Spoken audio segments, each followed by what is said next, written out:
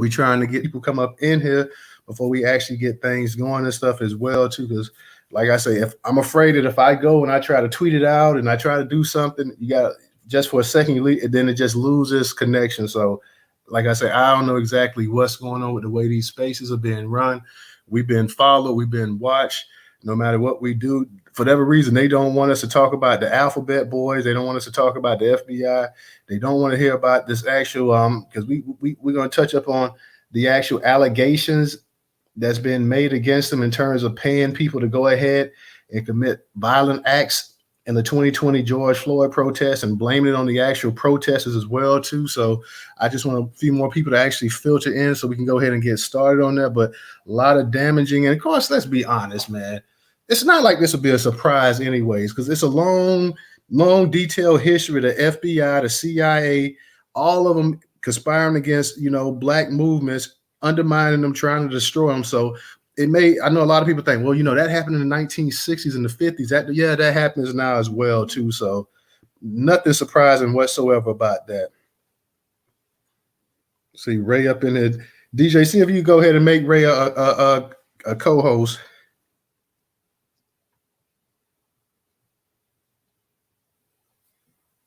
You there, DJ? Yeah, 1 second. Whipping the wheel. Me and Big Baby out here, headed to the studio. But I got you, brother Ray. I got you, though. Yeah.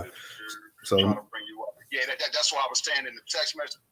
Don't bring me up either and shit till okay. Get back to the crib because the network gonna switch because the Wi-Fi on my phone. I ain't never turned it off from earlier. So I know the moment I get near my house, like as soon as I get in front of my house, that shit gonna turn on. That's what I was saying about the you're gonna have to separate your network and get your own router, bro. Nah, man, it's more than that, man. Come on, it's more than that. I got I got a very, very strong internet and all that too, man. High speed and stuff like that. It's more than the router and all this other shit here too. Let's be honest. Right. Because I'm saying it's getting to the point. The router had nothing to do with me sending out the actual DMs to everybody. When I send it out, then everything is going black. I can't see the actual. I can't see the actual articles that I print up. I can't see the actual images or anything like that. That don't have anything to do with the router, man. That has to do with Twitter itself. Right, brother. I'm not knocking that. It's not the router or even Twitter. What I'm saying is you're gonna have to separate your network, bro. That's all I'm saying. Yeah. You know what I mean? Go. Hey, Ray, I'm hitting this button like a motherfucker. I don't know, dog. You trying to bring them up and you can't get them up? Yeah. Hold on 1 second. Let me go right here. Add a speaker. Okay. I see him added a speaker. I think he up here now. All right, man. I see we got some of our people, Black Pressure, Volvo coming up in here as well, too. So shout out to y'all, man. This is the second time we had to create this space tonight. First time I created it, it shut down. My girl Tony was like, is it the space over with already? And I'm like you being shadow banned. So we're trying to go ahead. I don't actually want to even leave the page tonight. So because I don't know what's going to go ahead every time. Like I try to do it. Like I say, they're not allowing me to send out the bulk DMs to anybody as well either. So I almost have to manually send out a DM to people and stuff to let them know that the actual spaces is going on. So this just started happening last Wednesday when we attempted to have this space right here. So we're going to be talking about it. I'm going to get ready to go in, man. And the name of this article, and you see the title, says the FBI allegedly paid informants to stop the 2020 George Floyd protests. This article is actually from Mogulum. It says Alphabet Boys podcast reveals U.S. government informants infiltrating groups after George Floyd protests. And generally, guys, I will put this up in the Jumbotron so you can read it. But like I say, things have been so shaky that if I leave the actual page and try to go ahead and go to one of my bookmarks and put it in here, the damn space might crash. So tonight we're gonna see if we can we can try to find that article without actually leaving. I can maybe get DJ or somebody to go ahead and put it up in there. But I'm afraid if I leave the space, that it's gonna actually crash. A new explosive podcast series investigates and gives evidence of how government informants infiltrated protest groups following the police killing of George Floyd in May 2020. 46-year-old Floyd was an unarmed African-American man who was murdered by a police officer in Minneapolis, Minnesota during an arrest made after a store clerk suspected Floyd may have used a counterfeit $20 bill. On May 25th, 2020, his death sparked worldwide protests against police brutality and for racial justice and gave the Black Lives Movement a global platform. Now the podcast, Alphabet Boys, reveals that the Federal Bureau of Investigation's use of informants to instigate violence and target Black activists.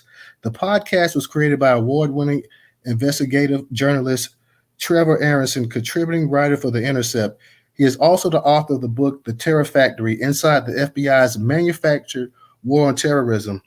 Alphabet Boys is a slang term for government agencies like the CIA, FBI, ATF, and the DEA, and also Department of Homeland Security, DHS, and IRS.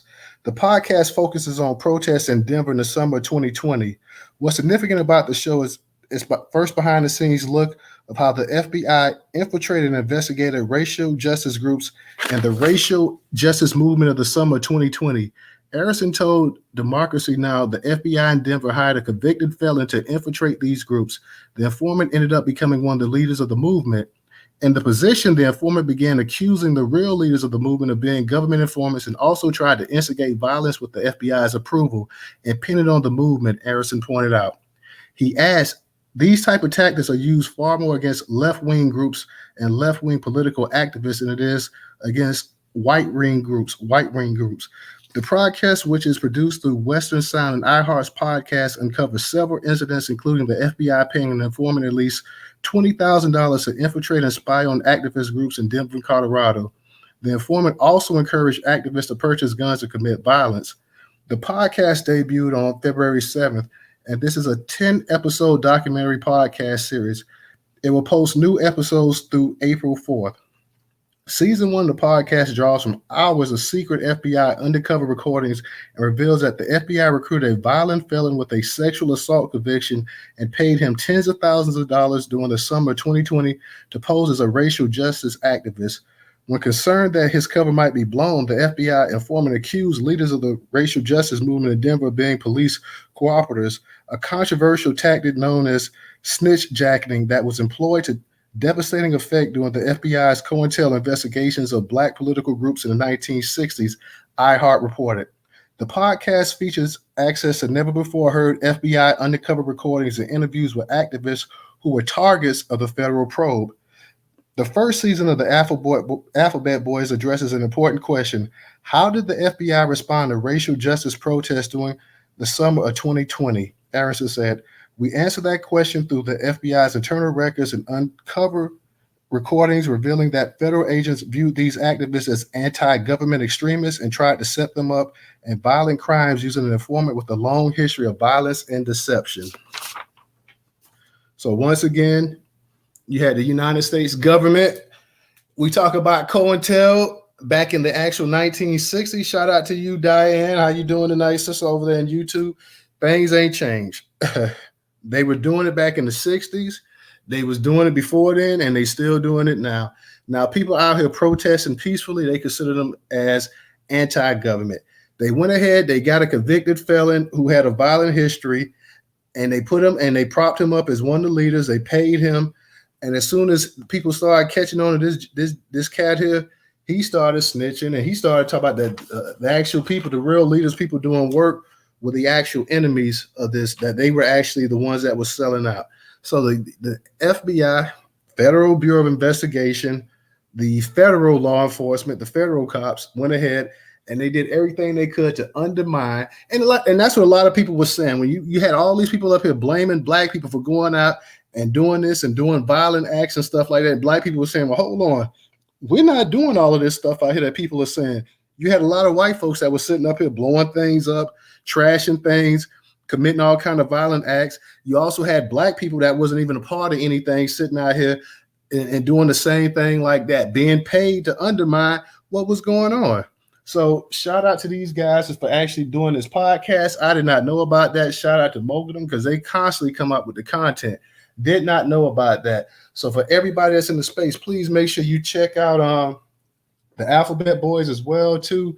This was when I heard this. This was, I couldn't say that it was shocking because based on United States history, it's a long history of actually undermining everything that Black people try to do in this country. When you try to do something peacefully, when you try to do something within within the law, it's always somebody sitting up here undermining exactly what you're trying to do. So shout out to you, Ray. I see you up in the space as well, too, Ray. Can you hear me tonight? I'm going to try to bring you up to co-host as well, too. Yeah, man, I can hear you, man. So far, so good tonight. Yeah, man, this is the second time we had this space. Let me see real quick if I can bring you up as a co-host. I just sent you the invite, so yeah, they done paid this joker $20,000 to bring his black ass up in here, and he's up here selling out. He's up here. They paying him to go ahead and commit violence. They're paying him so they can go ahead and undermine everything that black people do. And then you got to wonder about some of the people that was actually considered a snitch or this and that or whatever, or a government informant. How many people's lives are they actually ruined behind these allegations? Everybody that's in the space, how y'all doing tonight? We was having some technical issues because I really don't think Twitter wants this actual issue going on. They shadow banned us last week in attempt. We was trying to do this last Wednesday. The title was the Alphabet Boys, and they went ahead and we tried 5 different times. I did to go ahead and get this space rolling, to no avail. DJ tried, it wouldn't happen. So I'm glad to see you guys in there tonight. If you guys could, please go ahead and tweet out the space as well, too. Tweet out the space. We want to let as many people hear about the space as possible. We want some more people to come up here and speak about it as well, too. I don't know if you guys heard or not. I just read the article from Mogadam, and it's giving you a breakdown exactly of how they go ahead and they infiltrate these black organizations and how they put these weasels up in here. And these weasels get up in top level positions. They get up in top level positions and they go to wielding a knife in people's back, setting people up, creating a false paper trail to go ahead and incriminate people. Ray, go ahead. You got your hand up. What's going on? No, man, it just goes to show how far these people will go just to keep us down. I was just watching the documentary about Malcolm X the other day. I'm pretty sure everyone's seen it. It's the documentary called "Who Killed Malcolm X?" Responsible for his death on Netflix or whatever. So I was watching that and they talk about the same brother, and I don't even want to call him a brother, the same snitch that brought down the Black Panthers was put in Malcolm X's security detail that ultimately got him killed. When Malcolm X was shot, he actually did CPR on him. That just shows you, man, they use our own people against us, man. It's really sad that we even have people that are willing to sell out. I mean, what can we do? Bro, that's why I don't believe nothing these folks say. Even when they was talking that nonsense about Martin Luther King and all the women he was sleeping with, like, I don't know if he did or he didn't, but you're going to have to show some real evidence. Because for all we know, y'all could have went ahead, recorded somebody in a hotel, motel, put it and went ahead and pieced it together and this and that or whatever. I don't believe nothing they say. I believe they were directly responsible for creating a rift in the Nation of Islam between Malcolm X and Elijah Muhammad. They went ahead and they infiltrated the Black Panthers. Every organization that black people had that was solid and strong, you had the government sitting up here infiltrating it, trying to destroy it, taking resources, putting their time and their money and their effort into destroying these actual organizations. You're not talking about some pro-communist organizations or pro-socialist or whatever they want to claim. They claim all this stuff.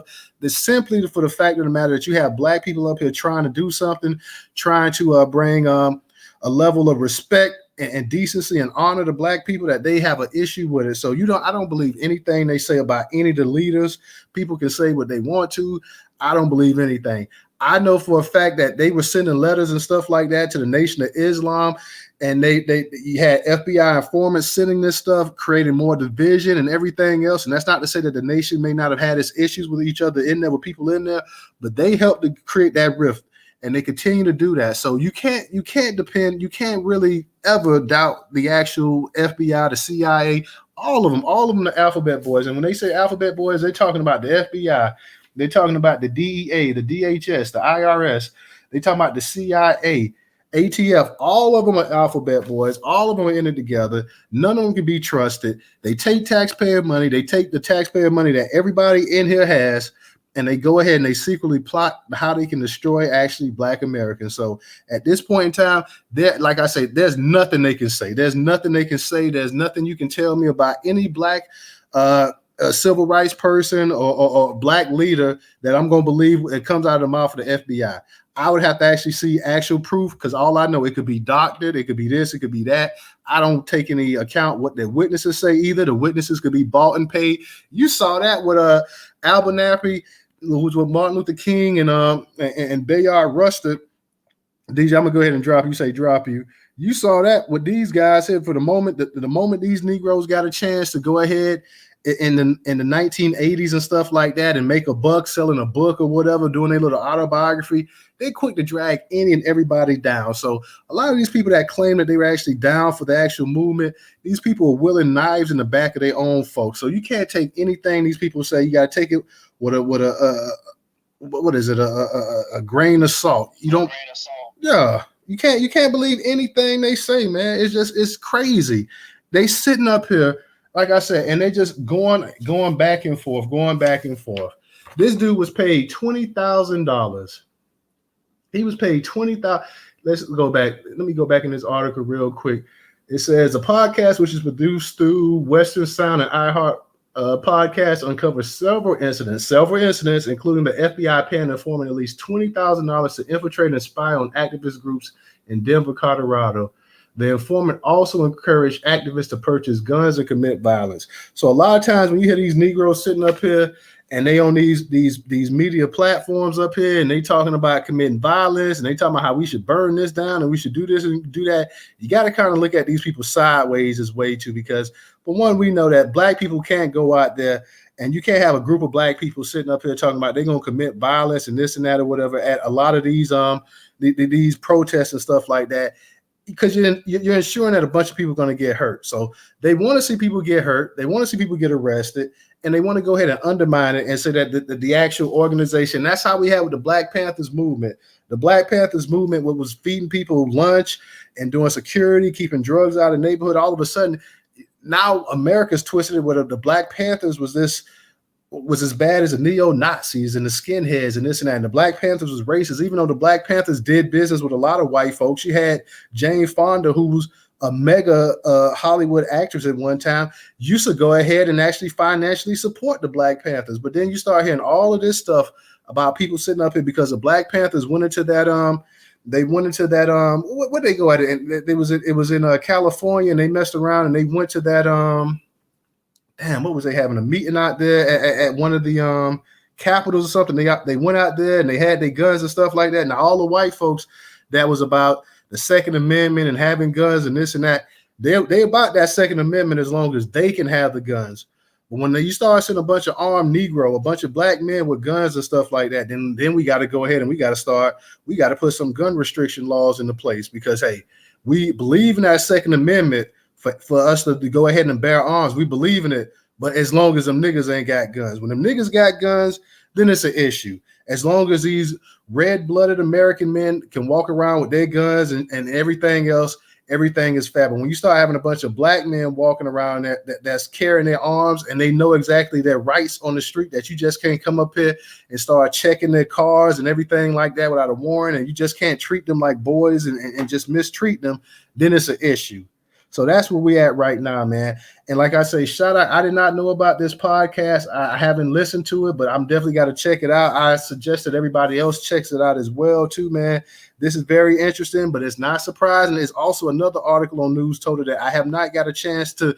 I wish I tweeted it out, but I have not got a chance to add it to the Jumbotron. I want to add these articles to the Jumbotron, but I just don't know if Mr. Charlie and them is going to mess up the space if I go ahead for a second. Ray, go ahead. I was just going to add something in really quick. Obviously, you're talking about what happened in California. So basically, the Black Panthers found out it wasn't illegal for them to go inside, where the Congress and where the people were. So obviously, a black person found a little loophole. They closed as quickly as they could, man. That's how it always is, though. Just want to add that. Oh yeah. Could you imagine? I mean, think about the Million Man March. Think if you would have had at the Million Man March, if you'd have had 10,000 Negroes out there with arms and stuff like that, they would have called out the National Guard. They would have had tanks rolling up in the streets and everything else. Like I say, it's cool for everybody else to have their militias. It's cool for everybody else to bear their guns and talk about the Second Amendment and their right as Americans and this and that or whatever. But when you start having black people doing it, now anarchy is taking place, and the wrong person has the guns and stuff like that as well too. So it's fine for everybody else to have this, to be able to bear arms and everything else. But when it comes to black people, you're not permitted. You should not have guns. I mean, because it creates an issue. It's a problem there. So you got it, Ray. And anybody else that wants to come up real quick as well too. Tonight we're talking about the actual paid informants that was put in place to actually stop the George Floyd protests of 2020. We saw how these protests gripped the world. We saw other countries throughout the world. Their people, their citizens got tired of being treated like trash. It was once again the Black American Negro here in the United States, the freedmen, FBA, ADOS, whatever you want to say, that went ahead and inspired, as always, inspired the entire world to go ahead and stand up. You started seeing people all over the world standing up against being mistreated. They say, hey, we've had enough. We're going to make ourselves known. And it was because of what went on in this country right here. The George Floyd protest, it sparked a global movement. I know a lot of us, we say Black Lives Matter simply because of the actual Black Lives does matter, whether you're an actual fan of the actual organization or not. But everything went global with that. So that's what we're discussing tonight. So Ray, go ahead. You got it. I see the great one. You also requested to come up and speak as well too. So we'll let Ray go. And if you want to speak, you can go ahead. Anybody else that wants to speak as well too. Mikos, I see you coming up as well too. So yeah, it's good, man. We need to have this dialogue, y'all. We need to have this dialogue. The brother went in deep with this, and the FBI don't like it. And I've been getting hell on Twitter trying to hold this space. It hasn't been easy. They shut it down last week repeatedly. Every time I kept trying to create this space, they went ahead and they knocked it, and they was trying to knock it tonight as well too. That's why I told everybody, I tweeted out special space that I was going to wait to 8 o'clock to actually do it. They still saw it. They say, hey, we see what you're trying to do. They shut it down. Luckily, we was able to get it going now. So thank you to everybody coming out. This is a space that needs to be retweeted out, y'all. Y'all need to go ahead and retweet this space out as well too. Go ahead, Ray, and then we're gonna get to you, Mikos, the great one. If you want to speak, just go ahead and raise your hand. Anybody that wants to speak, come on up here. Let's get some of our sisters up in here as well too. It's good to hear your opinion on this. So anybody that wants to speak, anybody that just wants to add in, by all means, come on up in here. The mic is open. We want to hear what you got to say. 2020 is looking a lot like 1960 when it comes to black people organizing and having the damn FBI coming breathing down your throat as always. Go ahead, Ray.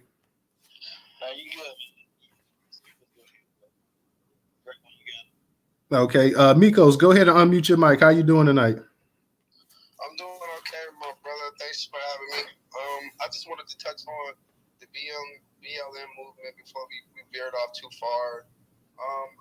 What I'm aware of is that, Black Lives Matter, it was funded by George Soros. I don't know if anybody understands that, but this man wanted to overthrow the government of the United States. He wanted to start a revolution.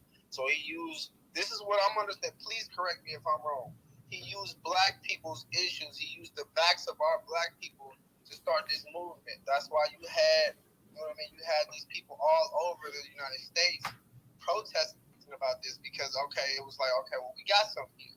You know what I mean? And a lot of people today don't understand. Yeah, I stand for Black Lives Matter. I do 100%.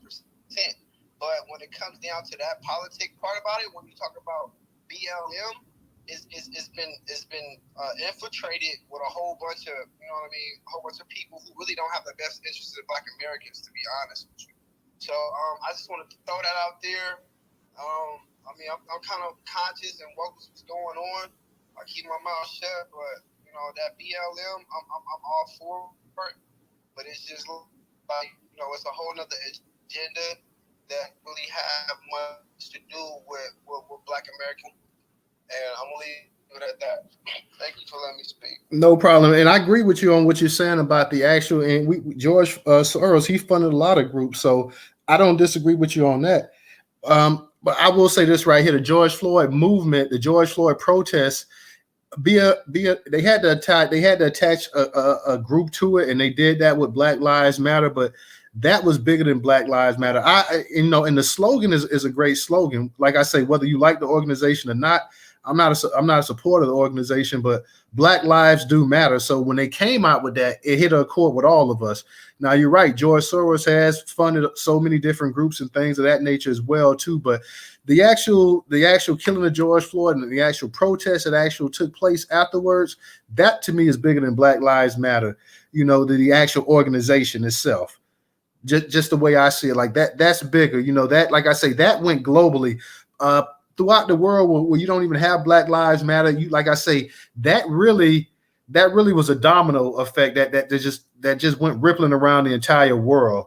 So the FBI, what it looks like, they felt that this was anti-government. They felt that this had to be silenced, this had to be stopped. And what you're saying with George Soros trying to knock the government down or whatever, I'm not going to disagree with you on that. But I'm going to say, before there was ever a George Soros that we knew of, I mean, I'm sure he was alive in the 1960s or whatever, whenever you had Black protests, whenever you had Black organizations, whenever you had Black empowerment groups taking place, you've always had the FBI, the CIA, you've always had these organizations, state, federal, local, that have gone out their way to screw Black people over, to undermine what Black people are trying to do, to try to discredit, to try to destroy, to try to bring total chaos and everything they could to these organizations, because they want to see Black people crippled. And it has not changed. In 2020, they were still doing it. They're going to pay some dumbass $20,000, and this nigga's going to sit up here and be the Judas and take his damn silver $20,000 worth, and he's going to sit up here, and he's going to, not only that, this fool is endangering the lives of other people that's out here trying to make a difference. He's going to go ahead and try to incite violence, get people killed, get people arrested, get people discredited, and everything else, simply so he can be a damn flunky of the FBI. And I know I put it in the actual article allegedly, because you got to put allegedly, even though these boys breaking it down, it don't look all that allegedly at all whatsoever. So once again, it's always our people too that don't mind being a damn tool. And they say it best, but who is it? Professor Black Truth say, when these tools get broken, eventually they're gonna be broken by their handlers. So I wonder where this Negro's at right now. And it wasn't just one of them either. This is maybe what they uncovered so far. But let's be totally honest here. One Negro is not going to bring down a whole organization. They go ahead and they scatter them all throughout. They'll find one to put here, one to put there, one to put there, because that's the way it has to work. So they're taking a bunch of different pieces and trying to go ahead and connect them. And these guys are all sitting up here, and I'm sure they get women as well too, because they're not going to discriminate. They're going to use women as well too. It's not just men. It's mainly going to be men that they're going to use to put them up in there. But now they're also using women as well too. So it never stops. And like I say, for George Soros, I'm not a fan of George Soros. I've heard about about George Soros spending $200 million here and millions of dollars there and this and that or whatever, and him having liberal prosecutors in his pocket allegedly and all kind of different things. And he wants to see anarchy, and he wants to see the undermining of the United States government. You know, fine. These people that's out here protesting about police violence, police brutality, police accountability, they're not talking about ending the actual United States government. They're talking about holding these people responsible and having allowing Black people to actually live their lives without constantly being in fear. You taking taxpayer dollars and you got a damn Gestapo out here bashing people's head. And before somebody said, well, you know, Black folk kill Black folk too. Yeah, white folks kill white folks too. And white folks aren't afraid of the goddamn police. The police aren't hunting them down like they're doing here. So they went out of their way, and they're talking about that this was an anti-government protest and anti-government sentiment. We got to go ahead and we got to stop it. You had Martin Luther King sitting up here doing nonviolence, and he was anti-government. Let them tell it. I mean, no matter what, no matter how peaceful you are, it's always something that's anti-government, because they like the way the system is played out. They see no problem with it. They believe everything is working according to the way it was created. The system was created for white men to be in charge, for white men to rule, and for Black people to be underneath their damn thumb. Mikos, you got it. What you're saying that, like, okay, so yeah, you admit that BLM has been compromised, okay? When you got real Black Americans who's not with the same agenda that Jordan. You breaking up some, bro. Oh no. Okay, can you hear me still? Yeah, I can hear you. Okay, what I was saying is that how do we separate the real from the fake then. You know what I mean? We're right now we're all in the same group as one category that's sabotaged, that's been compromised. You know what I mean? Like it's one thing I love to represent Black Lives Matter, but I don't want to be a part of that organization that really don't have my best interest. So what advice do you give to those Black Americans that want to support Black Lives Matter but don't want to support what George Soros and these other activists, these other movements is trying to leech on to us? Because eventually, you know what I mean, I feel like once we get what it is we asking for or whatever, they're gonna either throw out their agenda and just what I mean, like they're not gonna worry about what we're talking about once they being heard.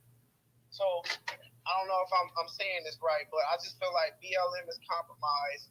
We're talking about, you know what I mean, the movement, the protest, which is on a large scale, but it doesn't involve a real Black American and what they stand for. But when we get there, they gonna sabotage it. I don't know if I'm lost here.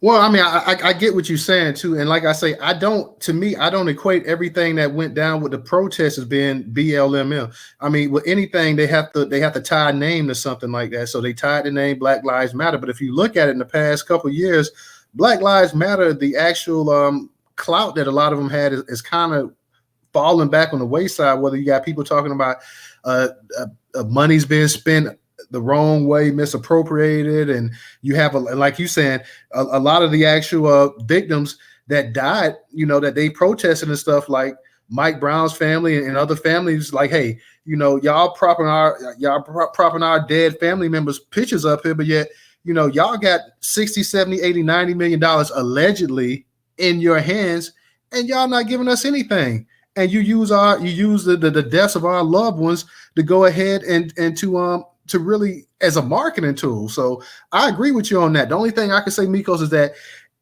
a lot of people took to the streets that, they believed in the actual slogan of Black Lives Matter. They weren't actually affiliated with the actual organization, but they felt it was for a greater good. And they went out there and they wanted to contribute and they wanted to be part of something. So I would say this much here, bro. Like if you feel that strong about it, it's nothing wrong with trying to create your own organization and kind of, because you see exactly, and when everybody read the statement on that website about the nuclear family comments and stuff like that, and some of the things that kind of turned a lot of Black folks' stomach when they started talking about it, but it seemed like it was especially anti Black family structure and everything else, and a lot of Black folks didn't really rock with that. So I would say that there's really nothing wrong with trying to create your own organization. At the same time, what I'm saying here about this article that was put out by Mokulum and about the actual podcast that they were talking about, that no matter what we create, you have to also look that there's always an element of the United States government, no matter how good the attention is, no matter the actual things that we're trying to accomplish, you always have an element, whether it's the FBI or whoever, that's looking to go ahead and put puppets in there and undermine it. So I definitely feel like, hey, if you feel like, hey, this is not the way to go, and I want to do something, hey, I would definitely say look into maybe trying to start your own nonprofit organization or something like that, to that nature. Just also know that, when certain things get going, no matter what, especially when they can actually see the fruits of the labor starting to pay off and actual people starting to respond to it, it's always somebody in a dominant society that's going to come through and try to go ahead and try to undermine it. That's been the case ever since Black people have formed organizations in this country, and they've been trying to do something. You got it, Mikos. You're absolutely right. And, I don't want to leave the impression that I want to start a different movement, because I do believe in Hawk Newsom. Hawk Newsom represents Black. He represents SB, FBA in a major good way. I love the way he represents it. And then you have those other ones with, you have the ladies or whatever that deal, whatever. So, you know what I mean? I do understand what you're saying. And so, yeah, I don't want anybody trying to take away from that either. But, we have to figure out what it is we're really fighting for and try to really learn about what it is we're fighting for. Other outcomes that's coming about it. Oh yeah, and trust me, I understand exactly what you're saying. Like I said, the actual organization itself, and I think I think sometimes what got lost in the message is that, hey, the actual wording of what they said, the actual slogan was brilliant. I mean, when you think about it, it was Black Lives Matter, and then just coming up with that slogan, you started having everything. You started hearing like offshoots of it. Well, all lives matter, and blue lives matter, and everything like that. So the actual slogan itself really pissed a lot of people off in this country. Asian lives matter. And nobody didn't say your lives didn't matter. But we know historically in this country, black lives haven't mattered. In fact, nobody's given a damn about black lives. So that's why putting that out there was an actual stroke of genius. With that said, like I said, and I go back to what you were saying as well, too. The actual people that was running the organization and some of the other things like that, that became an issue. That became an issue. If you're gonna prop up a lot of these fallen black people that died, especially a lot of these black men, and then you can't do anything for their family. You can't pay for the funeral services. You can't set up scholarships in their children's name. You can't go ahead and help their family with any bills and anything like that. Yet we creating T-shirts and we got flyers and we got this and that or whatever. You're also getting a lot of donations simply because of what's happening, with George Floyd and Mike Brown and so many others that lost their lives. That that really that really upset a lot of folks, and I can understand what you're saying like that. So I'm with you on that point. That hey, I definitely don't see a problem with saying Black Lives Matter, but when you start talking about the actual organization, like I said, you had. Last year, you had a bunch of people saying that they misappropriated funds and mansions and people was living it up and this and that or whatever.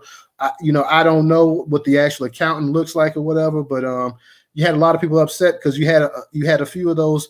I know Mike Brown's, and I keep mentioning Mike Brown because I can remember his family, I believe, was the ones that were adamant about saying that, hey, we not getting anything, and our son has basically been a marketing tool. So, Lost Bills. Go ahead and unmute your mic. Yeah, I appreciate you, Newstoter. Thank you. What's going on? How you doing tonight? Thanks. I'm good, bro. How are you? Pretty good. Good, man. I just wanted to mention, like, I feel you. I feel like they kind of took the Black Lives Matter slogan and like made it toxic, basically. And I really don't even think it's a slogan. It's just a fact. You know what I mean? And they took it and made it like an argument so people can kind of say what they want about it. And it's a travesty. But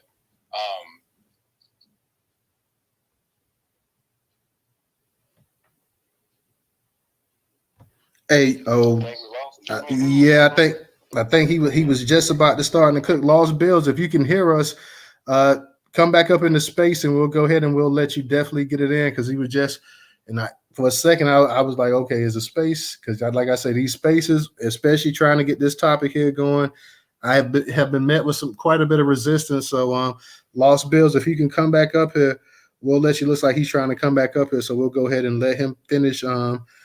Definitely getting his point across. And anybody else up here too, I definitely like to hear people's opinion on that. Y'all, you can come up here and get the microphone and just like I say, for some of you guys who missed the actual article I was reading, it's just talking about the actual FBI once again paying informants to go ahead and try to incite violence and to undermine and destroy an organization. And like I say, and it's bigger than Black Lives Matter. I just want everybody to understand that way before you ever had a Black Lives Matter, whatever organization that you had with Black people trying to do something positive and that was making a real dent and real impact in this country, the federal government, and this is what people can sit up here and say, and they can talk about the minority coalition, they can talk about undeserved communities, they can talk about this and that or whatever. They do not go after these other organizations from these other communities the way they go after Black people. Whenever Black people have something, they have it's like they have some kind of locked in radar on you. Like it's like their whole mission is to go ahead and destroy it. They can't think of anything else. They have a one-track mind. Like, how can we destroy these Negroes? So I see the brother like he's okay. It looks like he might be up here. Lost Bills, can you hear me? Yeah, I'm sorry about that. No problem. Go ahead and finish making your point. Go ahead. You got it. It was simple. I was just saying that, like, I feel like this whole thing is a misdirection. And so they're trying to get Black folks, especially against the slogan of Black Lives Matter. So we're focusing on the slogan in an organization and not the actual movement. You know what I mean? And so that's just their misdirection tactic, just to get us off focus. And I feel like it's a way for us to just sow, or a way for them to sow disagreement within the Black community. So we're all arguing about George Soros, funding the Black Lives Matter movement and blah, blah, blah, and what they do with their money, when we're not really focused on the protests and the organization and the tactics behind it. You know what I mean? So I just think it's a misdirection tactic. I think we should be focused on the actual movement and Black Lives Matter, as not a slogan, but just as a fact.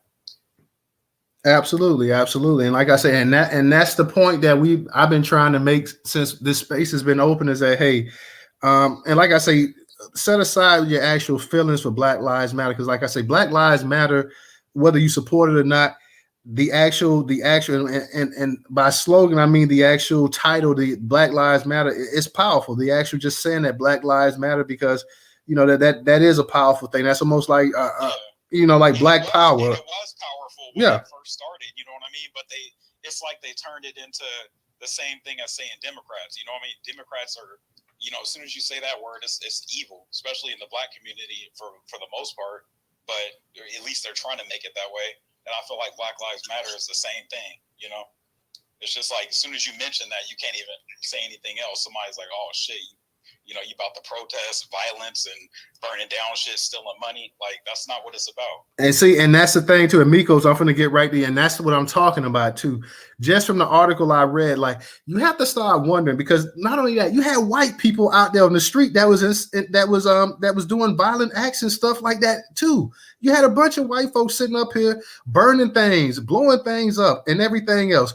Even if you did have some Black people out there, some of these Negroes was the ones that they paid to put out there. But it falls back on us though, every time. Hey, that's what I'm saying. And that's what this article is saying too. Yeah, it falls back on us because, hey, you're finding Black faces and putting them in these organizations. They're finding Black faces. The dude that they use, and one of the dudes, and like I say, and I don't like saying one, because let's be honest, it's more than one. It's more than 5. It's more than 10. They're taking a bunch of Black people and stuff like that. Some of these people, like this guy was a convicted felon, had a violent history. They give him $20,000. They put him up there. He gets boosted up as one of the leaders. As soon as people started, kind of putting 2 and 2 together, then this Negro sitting up here talking about that other people was basically was the ops. Hey, I know I'm the one that's guilty, but let me go ahead and put that on other people. Now, how many organizations do you think they've done that to? Let's say the Black Panthers, MLK, Nation of Islam, you name it. That whether people like him or not, Marcus Garvey too. I believe they put somebody up there. When you can say I know people say, well, Marcus Garvey was a Pan-African. Damn all of that. I believe they went ahead and they set him up as well too. He was on J. Edgar Hoover's radar as well too. So it has not stopped. They've been doing this from the time that we came out of slavery. Anything that they can do to undermine the Black race in terms of keeping us powerless, they have done it, and they will continue to do it. Point, and even if, let's say the whole Black Lives Matter organization was part of the FBI, I mean, that doesn't change the fact that Black Lives matter. I mean, that might sound corny or whatever, but it's just a fact. I mean, Black Lives Matter. Who's going to actually argue with that? You know what I mean? Agreed. The way they found out a way for us to argue with that is talk about the organization instead of the actual movement. Agree. And I don't believe that, and I'm going to say this, and this is my personal opinion. I don't believe the entire organization was FBI. I think you had a lot of people that was in that organization that was in there. They had their heart in the right mind and in the right place, and they were trying to do something positive for Black people. With that said, you can always have organizations where you're always going to have greedy people, and you can always have backstabbing people. Unfortunately, that's just the way it is. Powerful. I'm sorry, what was that? Oh, I was just saying money is powerful. Oh, yeah, absolutely. But like I said, I don't believe everybody that was in that organization was like that. So that's just my personal opinion. Like, I think that you had a lot of people that had their heart in the right place that was actually trying to do something. But unfortunately, things just didn't work out like that. And, they've kind of taken a back seat since. So that's just my personal opinion on it. I'm going to get back to you, Lost Bills. I see my man Leon got his hand up and Ray got their hand up. So yeah, I appreciate you, bro. I'm usually under my other account, J. Dot, but yeah. Okay, J. Dot. Okay. I appreciate it. Oh no, stick around, man. Stick around because if you got anything else you want to add, we love to hear it. Like I said, I'm trying to get as many people to come up here and just chime in as possible as well, too. So, Leon, how you doing tonight? I'm doing well, Newstoter. And yet another juicy topic. When it comes to white supremacy, they have a wide range of disposable assets, disposable outlets they can use. The FBI is just one of them. We're not talking about the media. That's another disposable outlet that they use to spread the disinformation when this happened with the Black Lives Matter and George Floyd. You have the media. You have the military. Yep, I said it too. The military as well. You're goddamn right. Yep, exactly. Because because you gotta remember, this was going all over the country when the actual protests actually started kicking off. It spanned beyond Minnesota. Remember how they brought in the Seattle. Remember Seattle, Washington? How they brought in these unmarked vans and unmarked uniform agents. Most of them were not FBI agents. Most of them were off-duty ATF agents, ICE agents. See, Homeland Security agents. See, when white supremacy have that disposable assets like that, they can use any of them to do their dirty deeds. It's not just one department. They can use them all in unison, which they have during this protest. And they still do in some way, shape, form, and fashion. I wouldn't be surprised they used drones when this was all going down.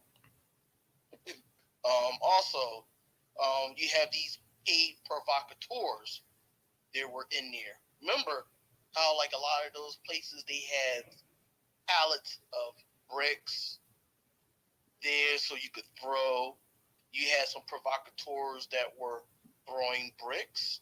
A lot of them got called out, and they were like, well, this person ain't with us or with the group. Or you have, like, the ones down in Atlanta. They try to burn that Wendy's up.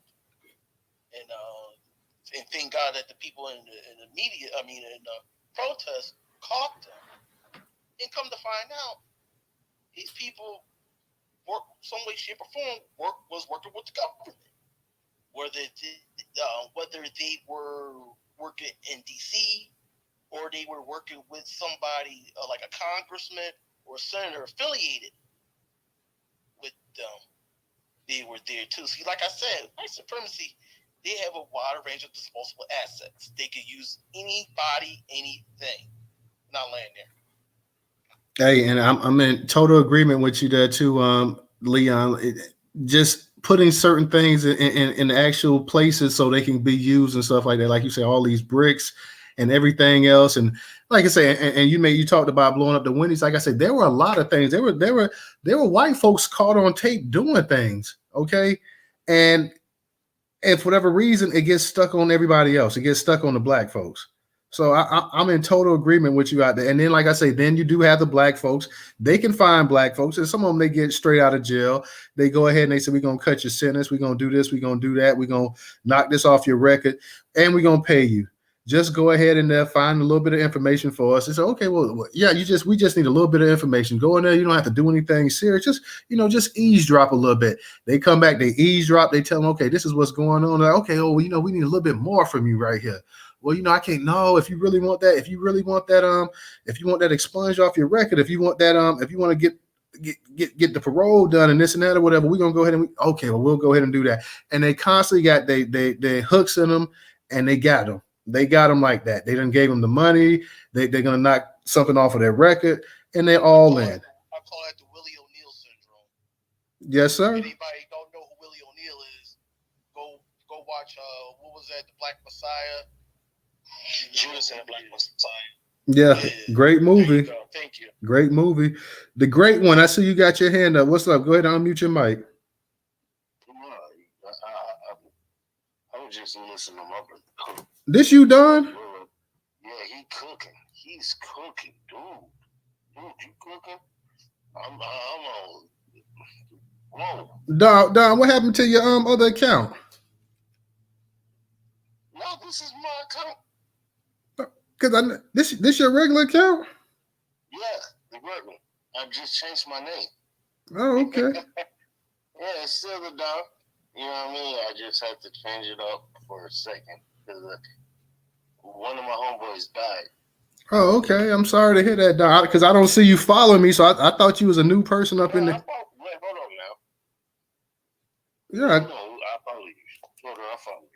I know you normally follow me. That's why, because I'm looking. I'm like, okay, I see you. Okay, Don. Okay, I don't know why this thing. Sometimes this thing be showing like people ain't following you and stuff. So my bad, Don. I clicked on your profile. You all follow me, but yeah, good to see you. Good to see you, man. Today is sober, Don. Hey, yo, my son got 4.5 GPA. Now think about that one. I don't want everybody to know about this one. 4.5 GPA. Oh, congratulations, man. That's a great thing, that Don. Congratulations. And I want him to get congratulations. I was like, dude, wait, hold on now. Yeah, that's a great thing. Tell them everybody in the space say congratulations. Keep up the good work, man, and we proud of them. I want to see hand claps from everybody here. That's love. Okay. I love my little one. And this one, he actually is like, yo, Daddy, I got a 5.5. That's the way he does. He's like, Daddy. I was like, what? He's like, Daddy, I got a 5.5. Right, all right, 5.0. Well, I can see he got some hand claps in here, Don, so everybody's proud of him. Don, you want to go ahead and you want to add on a little something to the story too, though? All right, real talk. I can't. I just want to hear you guys. I love my people. I'm going to just start off with this one. I love my people. That's why I donated. And please donate to the Newstoter. Just do it. Do it. He actually brings information that I didn't know. He brings it like 2 weeks prior, and then the news will start talking about it. Think about what I'm saying. 2 weeks prior. Yep, everybody knows it. Everybody knows it. Like, hey, yo, what, yo, how we know? And that's what Twitter do. Much love, my nigga. Appreciate that, Don. I appreciate that, bro. Thank you for that. Thank you for that promo. And since you led into that promo, then let me go ahead and lead into it as well, too, y'all. Up in the Jumbotron, we have the newsletter and we have the actual YouTube channel. Please go ahead and subscribe to both of those. Go ahead and please subscribe to both of those. Help our YouTube channel grow. Help the actual newsletter grow as well, too. If you're in the space and you're not following Newstoter on Twitter, please go ahead and make sure you're following the host and the co-host as well, too. So please do that. And if you can support us on Cash App, that's $Newstoter, $Newstoter. Newstoter is the largest Black-owned, the largest Black American-owned news curation media platform today in America. Once again, that is $Newstoter. If you don't have a Cash App, then you can support us on Venmo and PayPal. That's also in the Jumbotron as well, too. And let me give a shout out to my man, Napoleon, for your contribution on Cash App as well, too. So thank you, Napoleon, as always. I appreciate that, brother.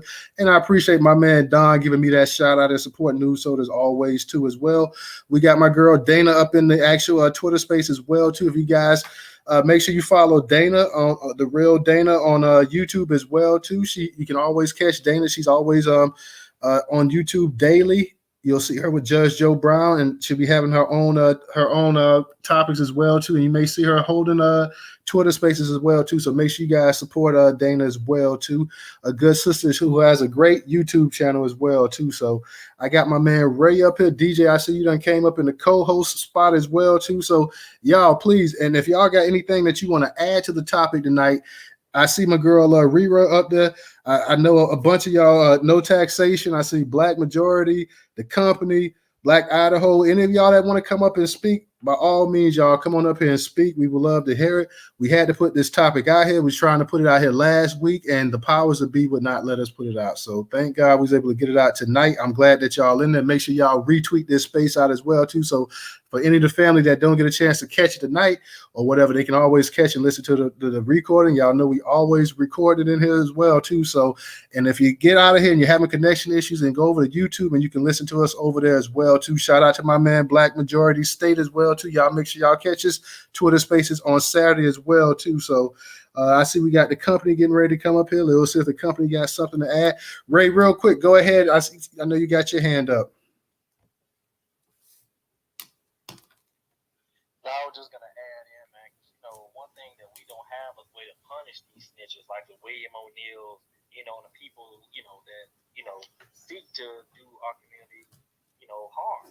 And it got me to thinking about it. I wouldn't doubt that they put people up in these Twitter spaces. All these people that sit up here with these fake profiles, and they have these marathon spaces for hours and hours, and they just sit around and just talk about each other. These people are gathering information, and I wouldn't doubt that they're taking this information and going back and giving it to whatever powers that they're trying to serve, man.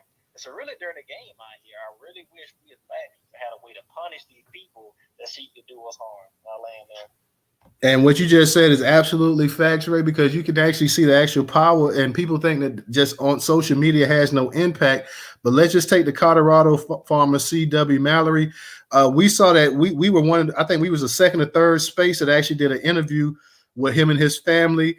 And then now it's become national news. You got D.L. Hughley talking about it. You got some of the biggest YouTube channels, black-owned YouTube channels, talking about it and stuff like that. It's getting major news. So, and a lot of the actual, you had Marcel and you had and I can't think of the sister name that did the actual Twitter space, because I think we was the second one after her to actually do a whole Twitter space with C.W. Mallory in there. So, yeah, it makes an impact, y'all. That's why I said you just definitely have to retweet a lot of this information out and stuff like that too. And they didn't want this space here to go on tonight as well either. They did everything they could to undermine it, and I'm surprised that it actually went on. So shout out, and tomorrow night, y'all, we're gonna be having an interview with Vicky Dillard up here. So y'all make sure y'all come through and support us. We're gonna have Vicky Dillard up in the spot as well too. So y'all make sure y'all come through and support us on that and listen to that actual interview with Vicky Dillard. I see we got the company with his hand up. The company, what's going on? How you doing tonight? Great, lovely night, California, stuff like that. The sky is beautiful and all that other stuff. When I started hearing about this, from the beginning of the space, I don't know what happened in last space, but what is it called? It seems like he was having difficulty, so I'm not surprised. I am not surprised. Every time when we find out these new things, it's kind of like some of us already suspected that foul play was going on. My question always was how did that fraudulent bill end up in George Floyd's possession? These people have been intermingling with each other for quite some time, from what a lot of us are learning, and people working together, just regular gay, I guess, white supremacy town. But there hasn't been a way that dollar bill, that fraudulent, I wouldn't be surprised if it was planted on him or given to him, and they were following him from the time the bill was given to him, and what led him to the store, almost like a setup. They do it all the time. They actually record this stuff. Them setting up people, putting cars running out there in parking lots like real expensive cars to see if someone drives away with it. We're putting bikes without chains just out there, without chains, and waiting for someone to come and pick it up. They've been doing this type of stuff for a very long time. So, to me, I'm not surprised. It's a horrible thing, but, eventually in the future, we're going to have something for them. The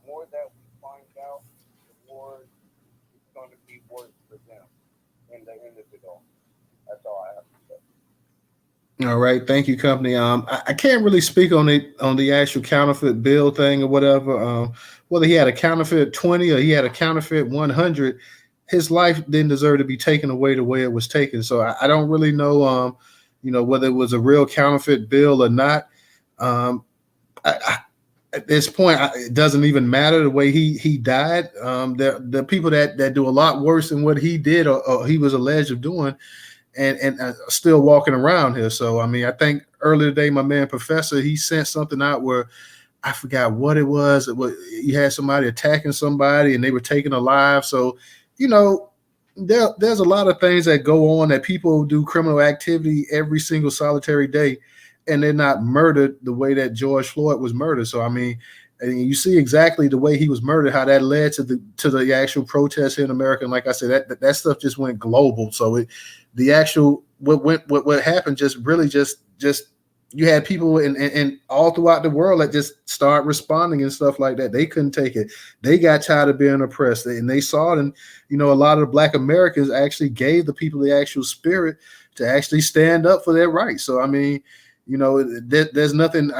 If there's one good thing that you could say that came out of an awful situation like that, is that it did motivate a lot of people to actually get out and actually do something. So I'll just say that. But in terms of the actual counterfeit bill, I don't know. I don't know if they planned it on him. I don't know if he had done it before. Whatever it was, a damn counterfeit bill ain't enough to kill somebody. If I tell you that straight up. Professor, how you doing tonight? Can you hear me? Yeah, how y'all doing tonight? Hey, what's going on? Hey, nothing much, man. Been kind of dealing with being under the weather, man. Just trying to get over this cold or whatever it is. Oh my God! But what I said was another caucasoid attacked a police officer today, and of course this has been happening now for the last week or so, where these caucasoids have been just basically just going in on these police officers. And of course, these are some of the stories that I've been putting out here for Black America to read, because we want to record or document all these interactions so we can see these differences, right? See, this is how you keep up with how one group is being treated and then another group is being mistreated. See, you got the white people being taken in and they attacking and killing police officers, right? But you got Black Americans who you see on video running away from police officers and getting killed. See, so when you look at this, that tells you what this is all about. Hey, these folks are just being sent out here just to kill Black Americans, or well, really just Black people in general. Cause these non-LBAs, they're being shot too. I mean, and see, that's the thing. They come up in these spaces and try to say they're not Black, but the police gonna still kill you. You sit there and tell them all day you Jamaican or whatever. You still Black to these folks. So there it is. But that's the thing that I want the family to look at when we look at these videos. We want to look at the differences in how white people are being, of course, taken in. And then, of course, we look at our situation and we're being killed. Hey, real quick, Professor, let me ask you something. And shout out to Eleanor on YouTube as well. How you doing, Eleanor? But what's your opinion on this thing here? What you're having they're talking about that the FBI allegedly paid informants to stop the 2020 George Floyd protest, giving one man $20,000 to help incite violence and get people to purchase guns and things of that nature to go out there and try to undermine out there in Denver, Colorado, the actual protest movement that was going on out there. Of course, we know that it's a long-rooted history with FBI informants doing this kind of work. Like I said, they created a big rift in the Nation of Islam. They were they tried to destroy Martin Luther King to the point that they wanted to go ahead and the supposed recordings of him having an affair. They told them that they was going to send, or they did send it to they sent it to his wife, but before they sent it to his wife, they tried to get him to actually commit suicide and kill himself. So they was hoping he would kill himself so they could go ahead and still leak it and disgrace him even more. And the way they just went ahead and declared absolute war on the actual Black Panthers, it got to the point they declared war on the Black Panthers, but they just went ahead and forget just having informants in there. They had informants, but they just went ahead and they just started shooting Black Panthers down. Like they were some kind of communist regime or something like that. They just went ahead and just started picking them off. They tried to kill them straight up. Shout out Aunt La. I thought you Eleanor, like she talking about this is Aunt La. So shout out to you, Aunt La over there and YouTube as well too. But what's your opinion before I let you get off real quick, Professor, just about the actual supposed dirty play that the FBI and this was actually this article is actually titled the Alphabet Boys. So when we talk about the Alphabet Boys, we talk about all of them. Alphabet, we talk about the CIA, we talk about the FBI, we talk about the ATF, we talk about Homeland Security with their little initials and everything like that. So what's your personal opinion on that, Professor? Well, Newstoter, I'm just gonna be honest with you, man. This has always been that play when it comes to Black America. And Leon said it best. I was listening to when the brother was cooking, and it's just real, man.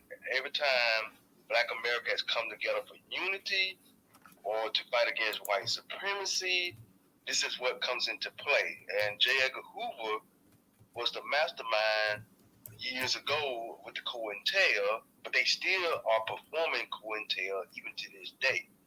And it's very, very interesting that they even put this information out about the so-called white supremacy groups infiltrating law enforcement, because really and truly white supremacy is also in the FBI. See, that's what was so interesting about when the director, I think it was in 2006, he said that white supremacy has infiltrated law enforcement. Of course, I think he was talking about it from a state level, and of course, state being the city and the county. And even within your state police departments, like the state troopers or whatever. But he didn't talk about the fact that it's also within the FBI itself. See, it's all over. They all connect. It's a global type of deal. So we can't be surprised by any of this. This is something that has been continuing on. J. Edgar Hoover was the mastermind behind it, and it's been going on ever since. They're trying to do anything and everything they can to start Black unity, start the Black family, start the Black man and the Black woman from being together as one big happy family with their kids. So the whole thing with the informants, they've been doing it for the longest. Newstoter, Brother Malcolm X, if y'all know some of the history with the Nation of Islam and Malcolm X even knew that there was an informant. He knew. See, that's the thing about Brother Malcolm X, man. This brother, because of his street smarts, he knew people who were infiltrating the Nation of Islam. He knew. I'm not really sure if Dr. King was aware if he was being infiltrated, though. Oh, I'm sure he knew. As smart as this man was a genius too. I'm sure he knew, bro. Yeah, I think he knew, but he didn't actually come out and say it. Malcolm X actually came out and said it. He said he knew that the guy that was supposed to be watching him, or like his bodyguard or something like that, he knew this guy was an informant. See, and Malcolm knew. Yeah, Malcolm definitely knew. Dr. Martin Luther King Jr., I think he knew, but we didn't really have any record of him knowing. But this is the type of shit that these folks do. They alphabets, and that's all of them. CIA, FBI, ATF. They all come together to make sure they can keep Black America down and make sure that we don't have a global unity. Okay, that's what it's all about. I'm gonna land my plane there, family. Appreciate you there, Professor. Let me go ahead and kick it to Leo and Miko. So I'm gonna get to you as well too. DJ, I see Ray might be having some connection issues. Are you there, DJ? DJ Mike. He might I'm not sure if DJ that. Let me actually. I'm gonna get to before I get to you, Leon and Migos. Let me get to original since he hadn't had a chance to speak. Let's get a new speak up. Bro, I had a spill in the kitchen, so I'm cleaning up, and I'm here. I'm listening to you. Go ahead. Okay, go ahead. Real quick, DJ. I want you to hold it down for me for 1 second if you can. Run off and I'll be right back. Yeah, head on business. I'm here. All right, original. We got original. Then we're gonna go Leon and Migos. Go ahead, original. Yeah, peace, black power, reparations, everybody. Yeah, yeah, that issue with Dr. King. See, I really question. I don't know if I've said it on this space before, but see, I question the fact that if they had, see, they're still trying to destroy the image of Dr. King, but they can't do that with me because see, all they have are audio recording of somebody sounding like Dr. King having sex or whatever. But see, we have to remember that back in the 60s, there were people who were doing impressions of other people. It was very popular. And some people were really good at it. So just because they have an audio recording, that don't mean nothing. Hell, and they were splicing pictures back then. But like Professor said, this is all about the destruction of the black family. Because see, I had an opportunity. I didn't know her personally, but I would see her oftentimes at some of the gatherings that I would attend. And she made a transition several years ago. But this sister, she was a Black Panther, and she was in that shootout down on Central Avenue where when Geronimo Pratt, he fortified that building because he learned that in the military. He fortified that building, and he was able to, keep them alive down there on Central Avenue. So, and as far as these alphabet boys, yeah, they've been doing that. Just like now, a lot of these black immigrants that's over here. See, they're over here trying to undermine us because they would do anything to get up out of Africa. Because everybody, I'm seeing videos now whereby people, even some of our people who have moved to Africa, some of them are saying that, you got to do your research, that it's not really working for them per se. But I don't put it past them to still undermine us today. But like I said, they had the Dr. Perry and the William O'Neills back in the day, and I'm sure they had others. So that right there in itself just says just what they would do because it's like Professor said, they are terrified that we will come together as a group. That's what scares the hell out of them because they know even how we come together now, not so much, it's not that many of us or whatever. I don't know what the number may be, but that scares the hell out of them. Because like I said before, when KABC radio in Los Angeles put Larry Elders on the radio to talk pejoratively about black people for 4 hours a day, and when the black community responded, and what scared the hell out of them was when they saw that they could not go to the civil rights people or anyone in the community, any black snitch in the community to get us to stop. It scared the hell out of them because they offered us, I think it was like $50, maybe $100,000 to just stop the attack on KABC. And we were like, hell no. We tried to talk to y'all motherfuckers. He didn't want to have a conversation with us. So now you're gonna get this work. And we put that work in on their asses too. So that station lost. The only reason that station is still here today because it's owned by Walt Disney. And Disney was subsidizing that station to keep it afloat. That was the only way that they survived. Because they know when you piss us off, oh, you're gonna get that work. We're gonna put that work in on you. And they understand this, and this is why they send people in. They still using these informants and everything because you have to remember there was some Asian folks. This sister caught them on. She recorded them on her phone doing. I think it was either doing Mike Brown or George Floyd. They was going around spray painting BLM on stuff, and she said, "Y'all stop that, cause they gonna think that that's us."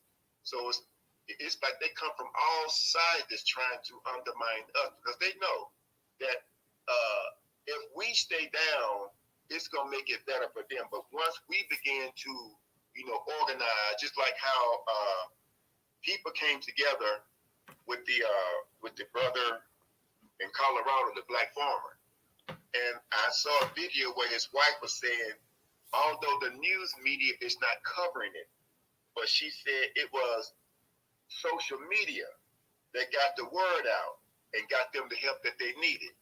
See, now we're organizing in a different manner, whereby we are communicating with one another from different states, different cities within the state, and we can come together and do what we got to do to take care of ourselves. And they are scared as hell of this. Well, like I say, I'm not sorry. You can't scare me, and you ain't got nothing in your arsenal that can scare me. But see, I'm like this, like how what they did to Dr. Perry. They jacked him up and told him that if he didn't go along with this, that they were gonna lock him up. Well, you just gonna have to take me to court, and then when I get on the stand, I'm gonna spill the beans on you, and let everybody know what's happened. And so that's what they are afraid of. They have never let up on us. They've always had this war against black folks. They wage war on us, and they've never stopped. And they're not gonna stop until we just stand up and whoop that ass. That's the only thing that's gonna make them stop. So if people, I think now that, especially some of these young people, they understand that, and the young people, they're not scared. See, they can get some of these old folks and buckle them down, but a lot of these young folks, they ain't scared. It's like, okay, what else you got? They are not scared. But I just say yes. They're still doing it because that's just who they are, and they're not going to stop. It's not going to stop until we put a stop to it. Because like I said, with that KABC, they found out real quick that when they don't have anybody that they can run to say make them stop, and they losing money because that station lost over $100 million in advertising revenue. We whooped that ass, and that fight went on for over 10 years. We whooped that ass royally, and I don't care if they listening now and they hear that I was involved in. I really don't give a damn because you ain't got nothing you can scare me with. I mean, because hey, I will do what I got to do to defend us. That's just me. But I'm gonna land with that. But I just wanted to throw that in there. But yeah, they're still doing it, and they ain't stopped. And like Professor said, they have known for decades that these white supremacists was in law enforcement. But see, they didn't do anything because see, they thought that they were just coming after us. But see, January 6th showed them that they just didn't come after black folks. Everybody who's against them, if they feel like you are against them, they come after your ass too. And that's what scared the hell out of them with January the 6th. It wasn't so much of what Trump did, it was what they were saying, hang Mike Pence. See, they were coming after anybody that wasn't rocking with their ass. And that's what scared the hell out of them. That's why they keep talking about it now, and they wondering what's going to happen. Because see, when they thought they were just coming after black people, that was fine because that's part of the war on the war that was waged on black folk. But see, it spilled over to them. So then now they became concerned about it. So now it's an issue, you see. And so, but hey, fine, you did it to yourself. Because if you'd have done right by us, you wouldn't be going through this. But I'm gonna land with that. All right, Original. Appreciate having you. I'm gonna get to Leon. Leon, real quick. Let me get to Black Native, and then I'm gonna get to you. We got to get us a sister up in here because I want to hear what Black Native got to say, and then I'm gonna get to you and Miko. So you guys, we just trying to get to the new speakers as well too. Black Native, how you doing? What's up, Newstoter? Peace to the room. DJ Ray ain't up here. Seem like he having trouble. Yep. No taxation, Professor. Everybody okay. Peace. Yeah, I just watched the video. I think it was like 2 days ago. Either it was yesterday or the day before yesterday. And it was about the FBI and the informants. It was a white man in a car, and he was having a conversation with two FBI agents. He had a car full of guns. He met up with one of the Black Lives Matters, I guess one of the leaders. I think this might have been in Utah, if I'm not mistaken. And the black guy said when he saw the guns, he didn't really want to buy it, but he was scared to say no because he was trying to get the black man to buy these illegal weapons to distribute to the Black Lives Matter movement. And they arrested the black guy, and he's still going to court right now behind that. And it's on video. So yeah, they've always literally. We all know how the police was formed as slave catchers, so I'm not surprised that the whole damn police department, the FBI, CIA, ATF, and all these other people, are against black people. Like he said, they waged war on us. Both my parents were Black Panthers, and I remember a lot of them got hooked on drugs and stuff, and that was how they dismantled them. A lot of them got deported to Africa, never came back, still live there to this day. Some of them are still in jail to this day. So that's how they dismantled it. So yeah, they're just doing what they've been doing, the same old tactics. And I wish, any black organization would really reconsider having Europeans up in there, acting like they're trying to help. And some of our people, but definitely them. And I just want to say, I reached out to some of the Israelite brothers, and I hit them up and asked them if they can go to the ranch out there in Colorado. And I just watched the video they showed up because he had a press conference. And it was a lot of people out there, and I thank God that our people went out there and supported this man. So now, they might think twice about killing his animals. They killed his dogs. He was showing all the animals that they had poisoned to death.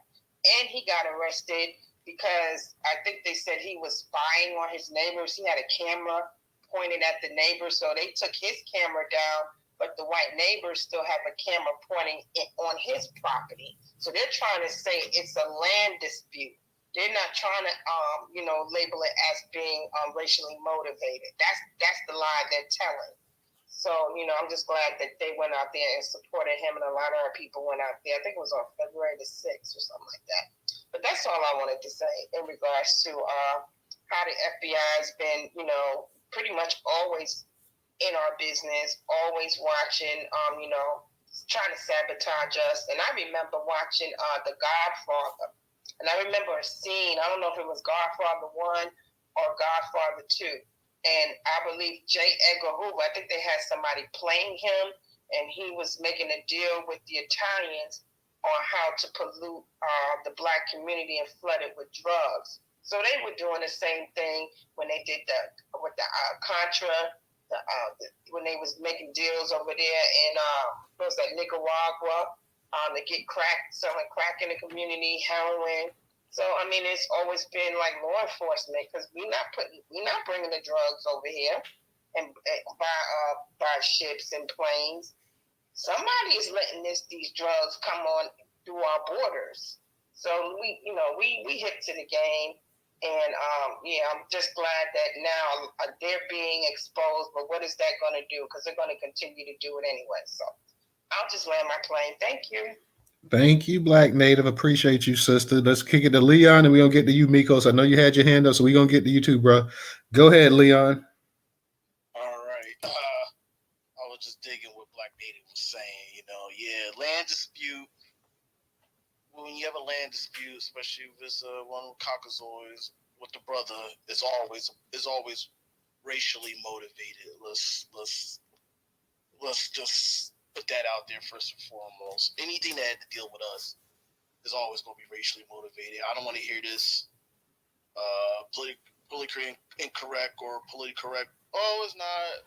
How some white supremacists always say, oh, you black folks always got to talk. It always has to be about race. Cause damn it, because it is about race, or we wouldn't be having this discussion.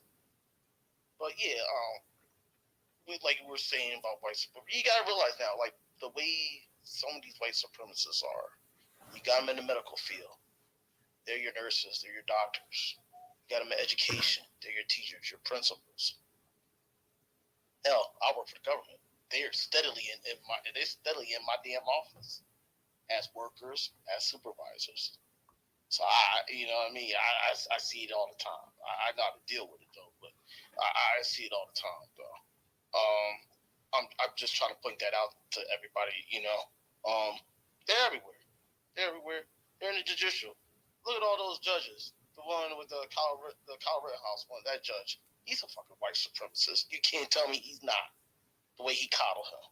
So you know he is. And there's others. There's others out there. You know, we just got to. You know, we gotta when we see them, see them or her, or whoever. When you see them, we gotta put them on blast. Put them on a blast in a big way. I'll land there. Thank you, Leon. Let me go ahead and get to well, Mikos was Opus, so must have dropped down. Let's go ahead and go to Trouble. Trouble, how you doing tonight?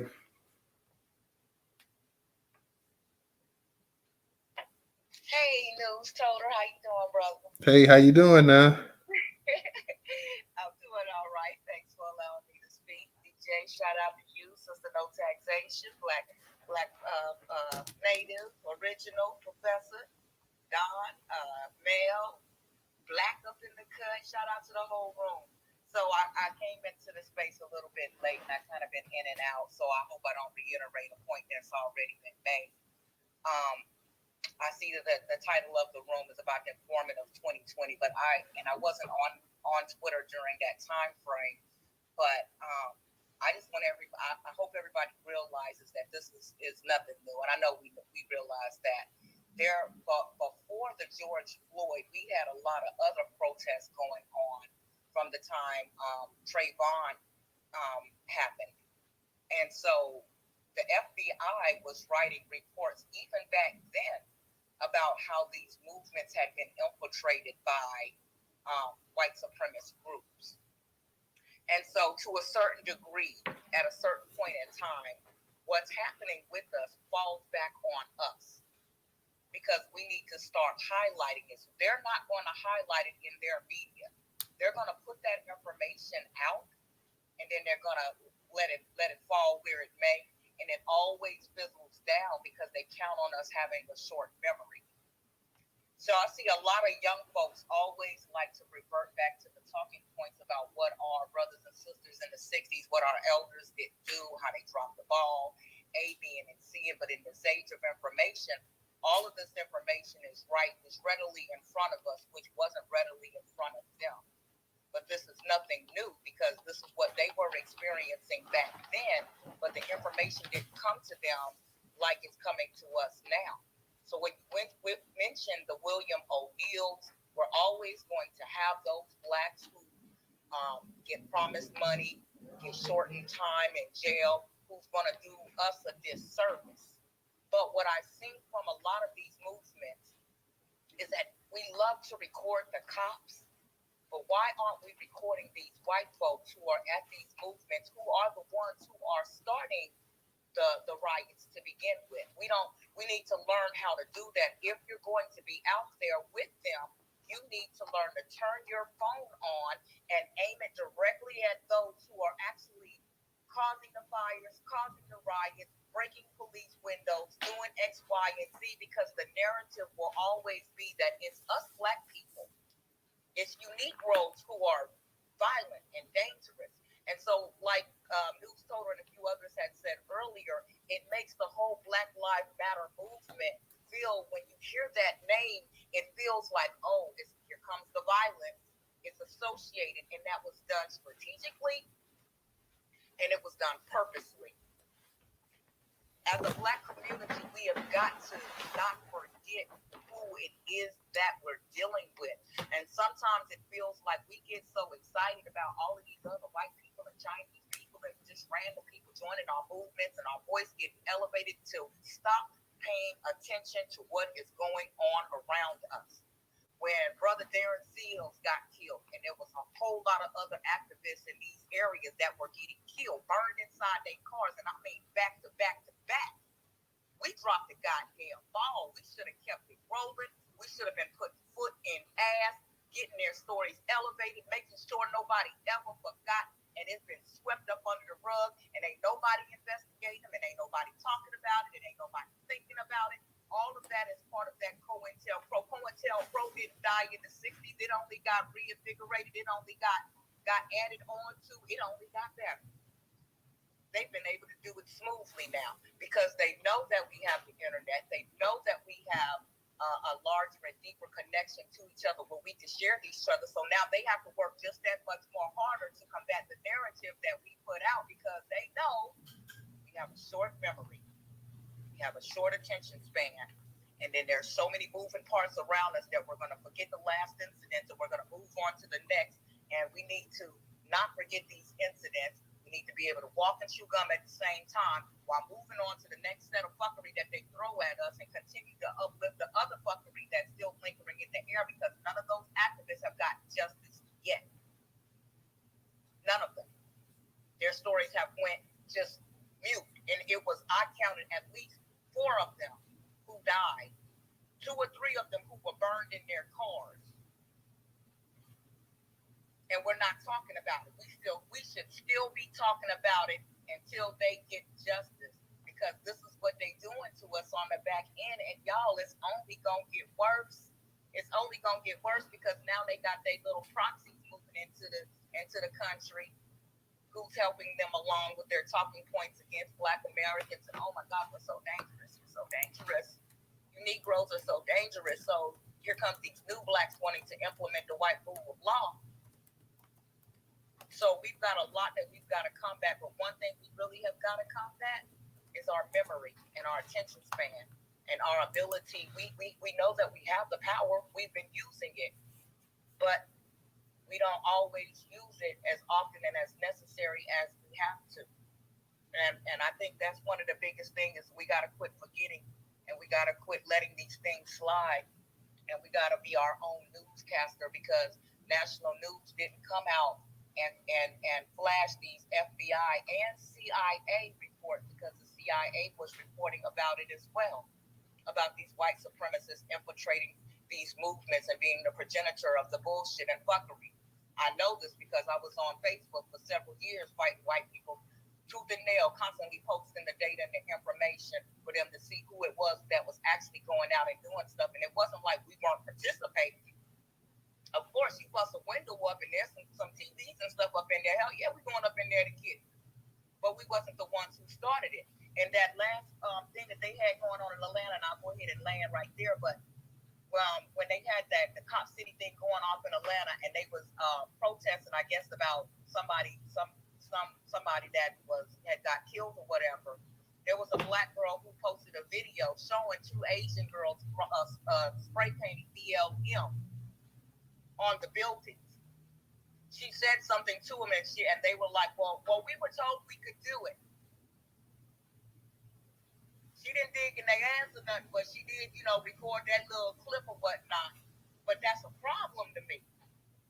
It's a problem to me because that video didn't go viral. So we gotta start making sure those videos go viral. We gotta make sure that we're recording stuff like that and putting it out. We just got to do ourselves a better service. And I think I'm going to land with that, but we got to do better because they're not going to do it for us. They're working against us. We got to work hard to keep combating their narrative. We got to figure out ways to do it. I'll land right there. Much love to the group.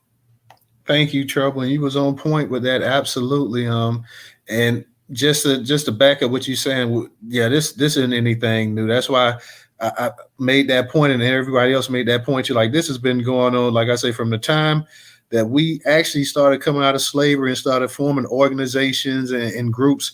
It's always been a way to undermine us and try to knock off what we're trying to do. So you're right. That COINTELPRO, it didn't just die in the 60s, in the 70s. It didn't say, oh, okay, well, we got rid of Black Panthers. It's no need to go and do anything else.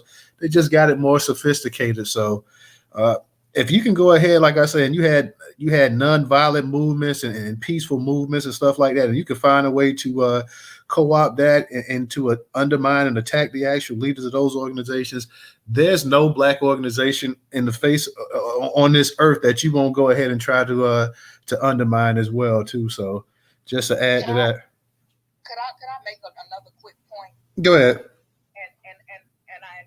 might have a lot of people that disagree with me on this, but I am starting to feel like within the realm of oppositions and control groups that they have around us, it's really starting to feel like some of these, and I'm gonna say some because I have some friends in this clique that, you know, are pretty thorough, but it's starting to feel like some of these Pan-Africanists around us are that opposition group that's being paid by them to come oppose us as well.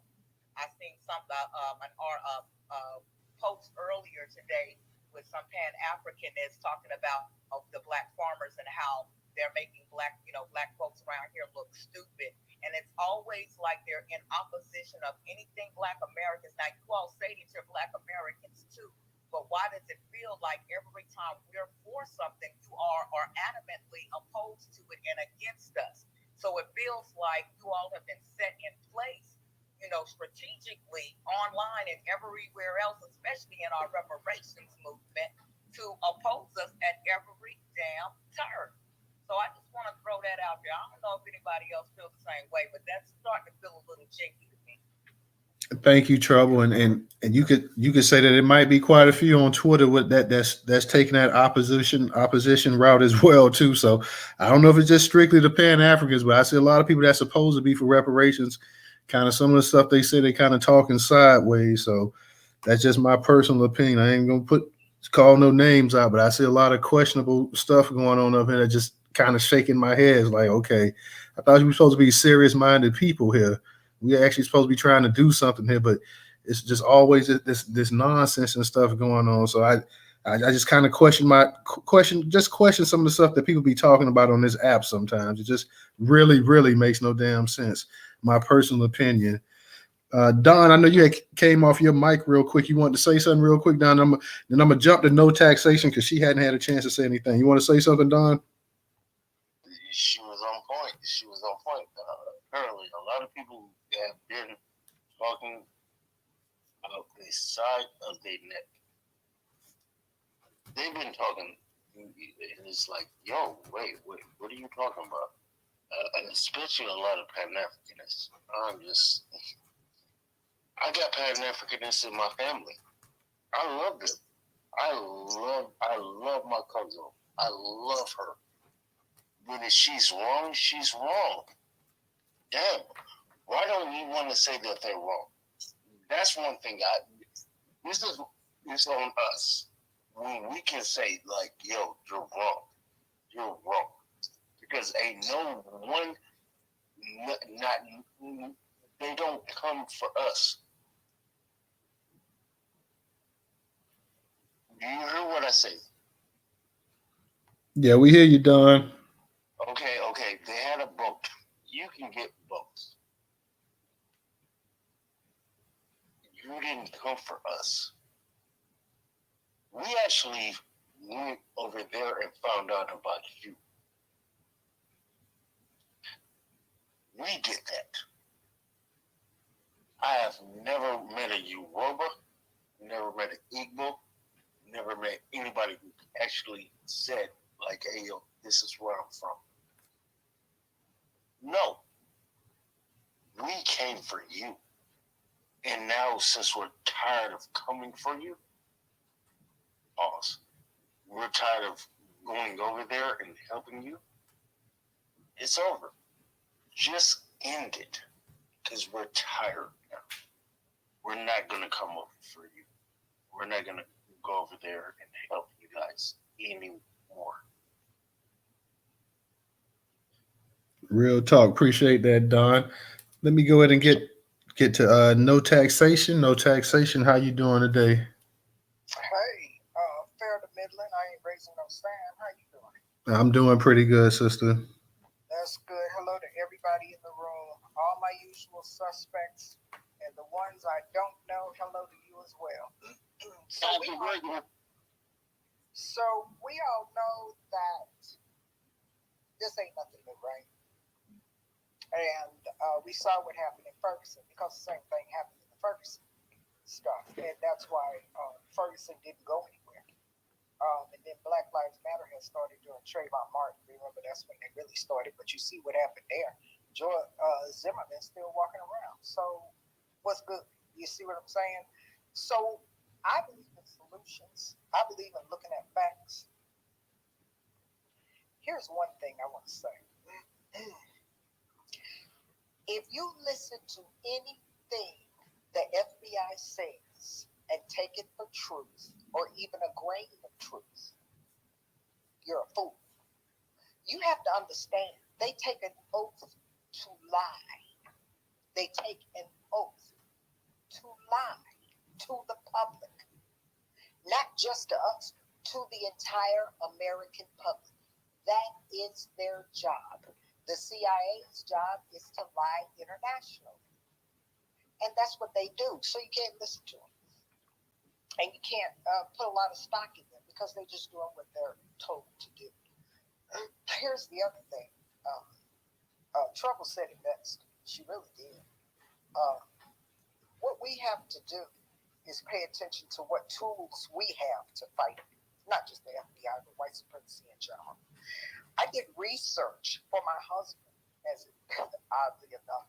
He asked me to do some research on Twitter because he was teaching some kind of class at some university, and I don't know anything about it. But anyway, it was about 8 years ago.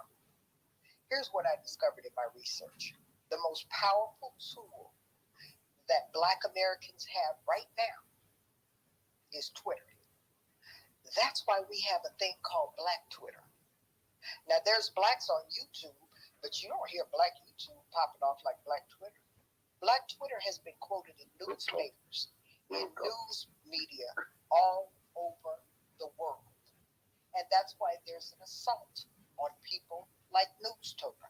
I wouldn't be a bit surprised if one of the FBI agents, the Alphabet Boys, was sitting right here now. Right here.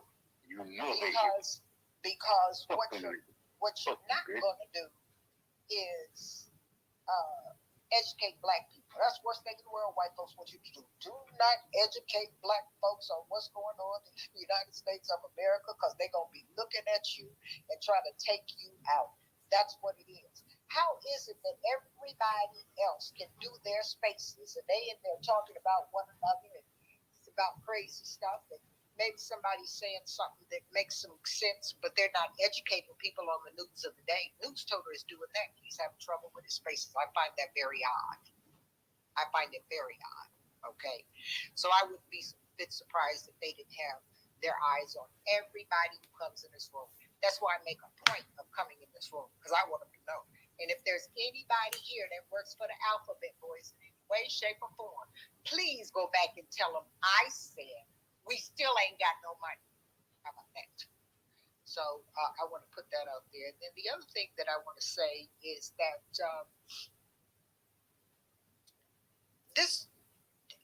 the scariest thing for the powers that be in this country, the white folks in this country sitting in those offices, is for Black people to be united. Do you see how much discourse we have going on? I am a woman of a particular age.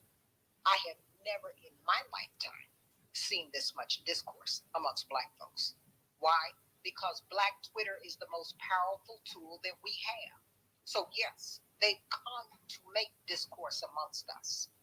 I don't know if they get paid or if they got looking at prison time and they trying to get time off. People do a lot of crazy things for a lot of crazy reasons. They sell out for everything.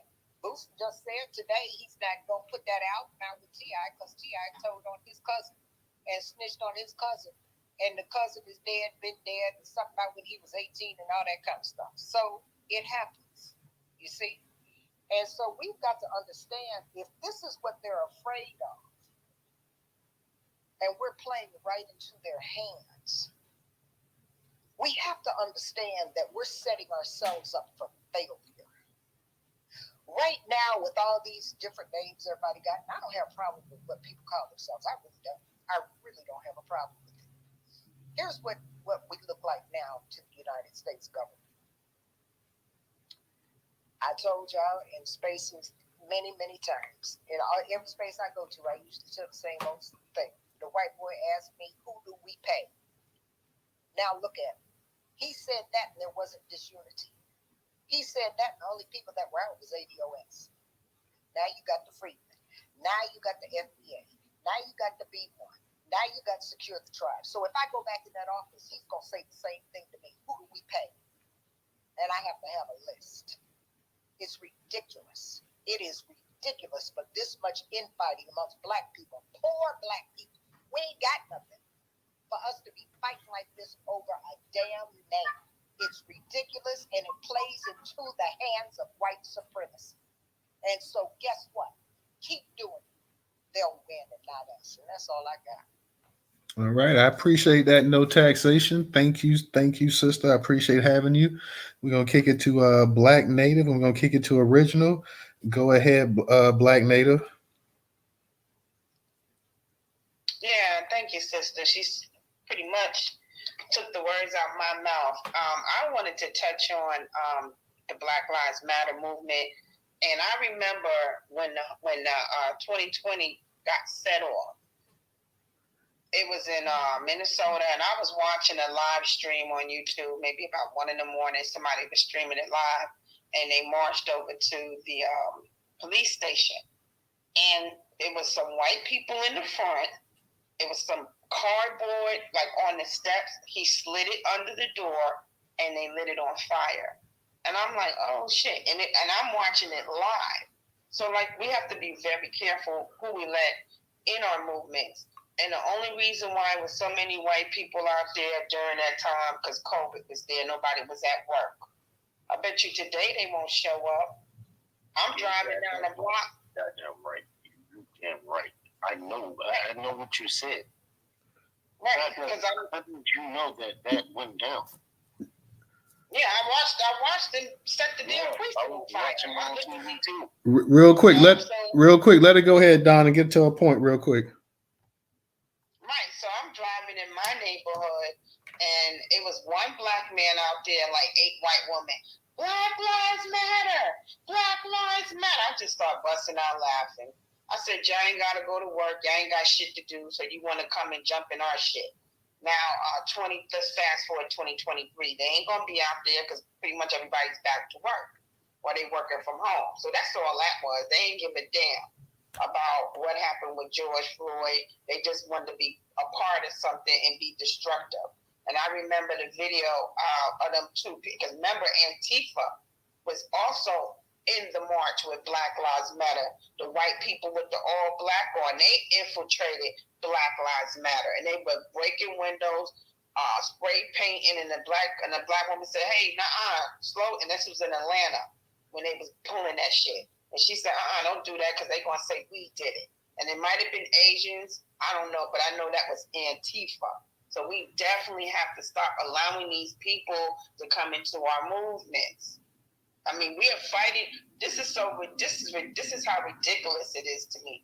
We're fighting white supremacy and oppression, but you got a whole bunch of white people in the movement. How ridiculous is that? So, and also, do y'all remember the guy that got killed for testifying in the Botham John murder? And they killed him like about a week or so after he testified. Nobody never bothered to look into that. They just swept that under the rug too. We have to protect our people that are out there in the front lines, because they're putting their lives on the line. We can't just forget about these people like the sisters, like Trouble said, how they was killing all the activists out in St. Louis. And now we don't even talk about these people no more. But they was out there in the front lines marching, putting their lives on the line. We could walk and chew bubble gum at the same time. I know it seems like we have all these obstacles. It's like they keep bombarding us with bullshit daily. But we have to be able to fight, and we have to be able to protect the people that are out there fighting for us. We can't just let them get murdered, and then we don't speak on it. We speak about it for about a month, and then we on to something else. We have to stop doing that. And about all of these different people in these spaces and all this bullshit going on, it's sickening. Look, I don't care what we have to call ourselves. Let's all come together on one consensus. Because if y'all mess my money up, you know what I'm saying? I mean, don't we want what's owed to us that our ancestors died for?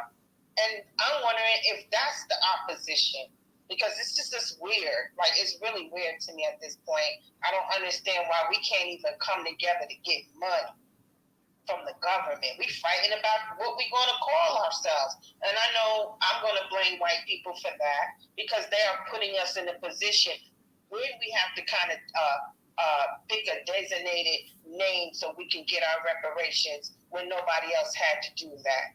They're doing that. We always knew, they know who Negroes were, they knew who colored was. These were the names that they called us during slavery.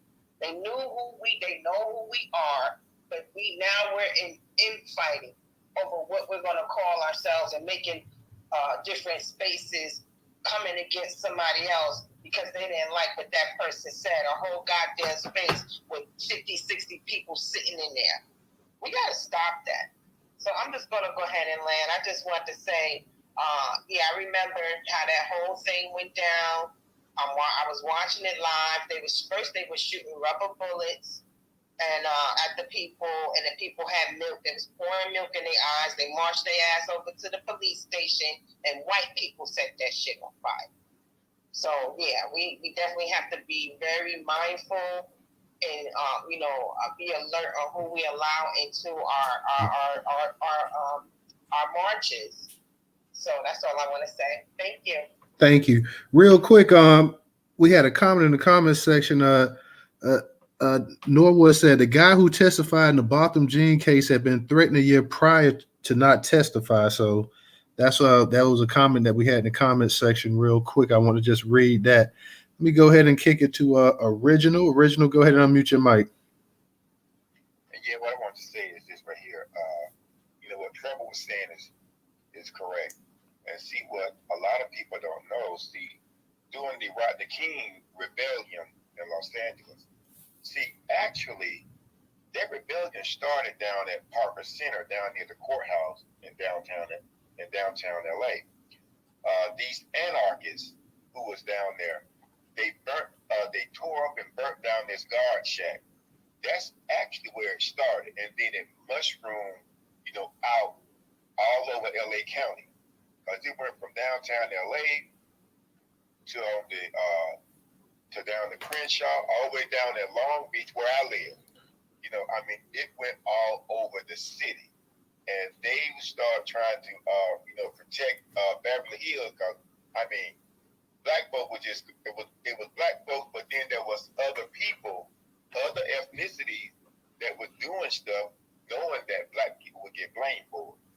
So that has always been an issue with these other people, because there was this guy, his name is something Aoki, that Asian guy that the Black Panthers allowed within their organization. Right. Who the Black Panthers allowed in their organization, but then it came out later on he was an informant. And so that's why it is true. We have to be careful who we allow around us. Because as Dr. Clark told us back in the 90s, we don't have any friends. We do not have any friends. And for some of these Pan-Africans, I remember years ago, and I would hear some of these Pan-Africans, this is how sick a lot of these Pan-Africans are. Now, I would hear them, they would just trash R&B music, saying, that music ain't shit. That's just what they would say. That music ain't shit. But then they would talk about these African artists and stuff as if, they were just something to go out and worship as a deity or something. But then when you look at it, you go, okay, wait a minute. Why are you trashing our stuff? Because when you look at it, where is there, people don't know these African artists the way they know these Black American artists. You got this artist named, he transitioned several years back in the 90s. It's one named Fela Kuti. And he was called the James Brown of Africa, but I don't think he wasn't known as well as James Brown, because people all over the world know James Brown. So where is that Aretha Franklin, James Brown, Otis Redding, Michael Jackson? Michael, you got to say Michael. Michael. Yeah, all these artists, all these black artists that they are known the world. You know, especially the ones coming up out of Motown and Stax, you know, the Al Green and all the other ones. And so, who's that now? Stevie Wonder. Yeah, Stevie. Wait, hold on. Did she just say Stevie Wonder? Yeah, Stevie Wonder's known all over Africa. I know. Yeah, he's known all over the world. But see, but a lot of these Pan Africans, they were trashing, especially back in the 90s. They were trashing these black American artists and then trying to praise these African artists. Well, I don't listen to R&B. The music I listen to African music. Well, okay, fine. Now, and see, and even like, see, I just found out, I didn't know about it, but I'm trying to check with some people so I can see if they're going to have another one. It's been on the internet where you had this, I call him an agent, Ron Daniels. He's in Cobra, and his organization is Institute of the Black World. So they was in the Atlanta City Council chambers having a discussion on reparations. I don't know if you all have seen some of those videos. So he and the people on the panel, all the people on the panel, they're Pan-African. And they know that you cannot do reparations in this country based on race. But they are still trying to push to have all black people get reparations in this country. But see, as I told y'all before, Ron Daniel was on a radio station out of D.C. around like 2013 or so. And I called in and I asked Ron, how does he secure funding for his organization? And he started out, see, this is how they try to flip the script on you and try to get you off key. So whereby you would say, oh, okay. So he started out by saying, well, we don't take money from big tobacco, we don't take money from alcohol, and I had to interject and say, oh, excuse me, I don't mean to be disrespectful, but I don't want to know who you don't take money from. What my question is how do you secure funding for your organization? And then he had to give up the information. He gets grants from this Open Society Foundation, which is owned and controlled by George Soros. And so he has to push whatever narrative George Soros or his friends tells him to push. See, these Pan-Africans, that you got this other group, I mentioned this before too, the Malcolm X grassroots movement, it's called movement or just Malcolm X grassroots, whatever. How are you going to sit there and have an organization with the name Malcolm X attached to it, and you're taking money from white folks to fund yourself? That does not make any sense. And they get money from George Soros too. Quite a number of these black organizations, I would say these organizations that has black people in them, but they are not financed by us. See, they understand that for the most part, we don't trust a lot of, and it's even greater now that these Pan-Africans are not trusted at all. Their image has been trashed, and I don't think they're going to recover from it. Because of what they've done, how they're trying to see us as one big blob of black people, and that's not how it works. But yet, they will stand up and defend Africa and African people and act like we don't exist. So their reputation has been trashed. And so I keep seeing this, and so until people begin to understand this, that, you know, we are fighting an internal war as well as an external war. Because these people, they're not going to stop, especially these damn Pan-Africans. Because at this stage of the game, I'm done with Pan-Africans. I'm just done with them. There is nothing that they can say or do because, in my opinion, they are doing nothing but trying to undermine our fight for reparations.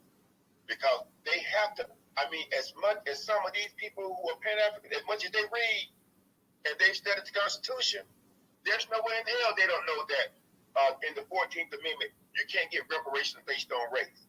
And they still pushing for us to include all these people from the so-called diaspora.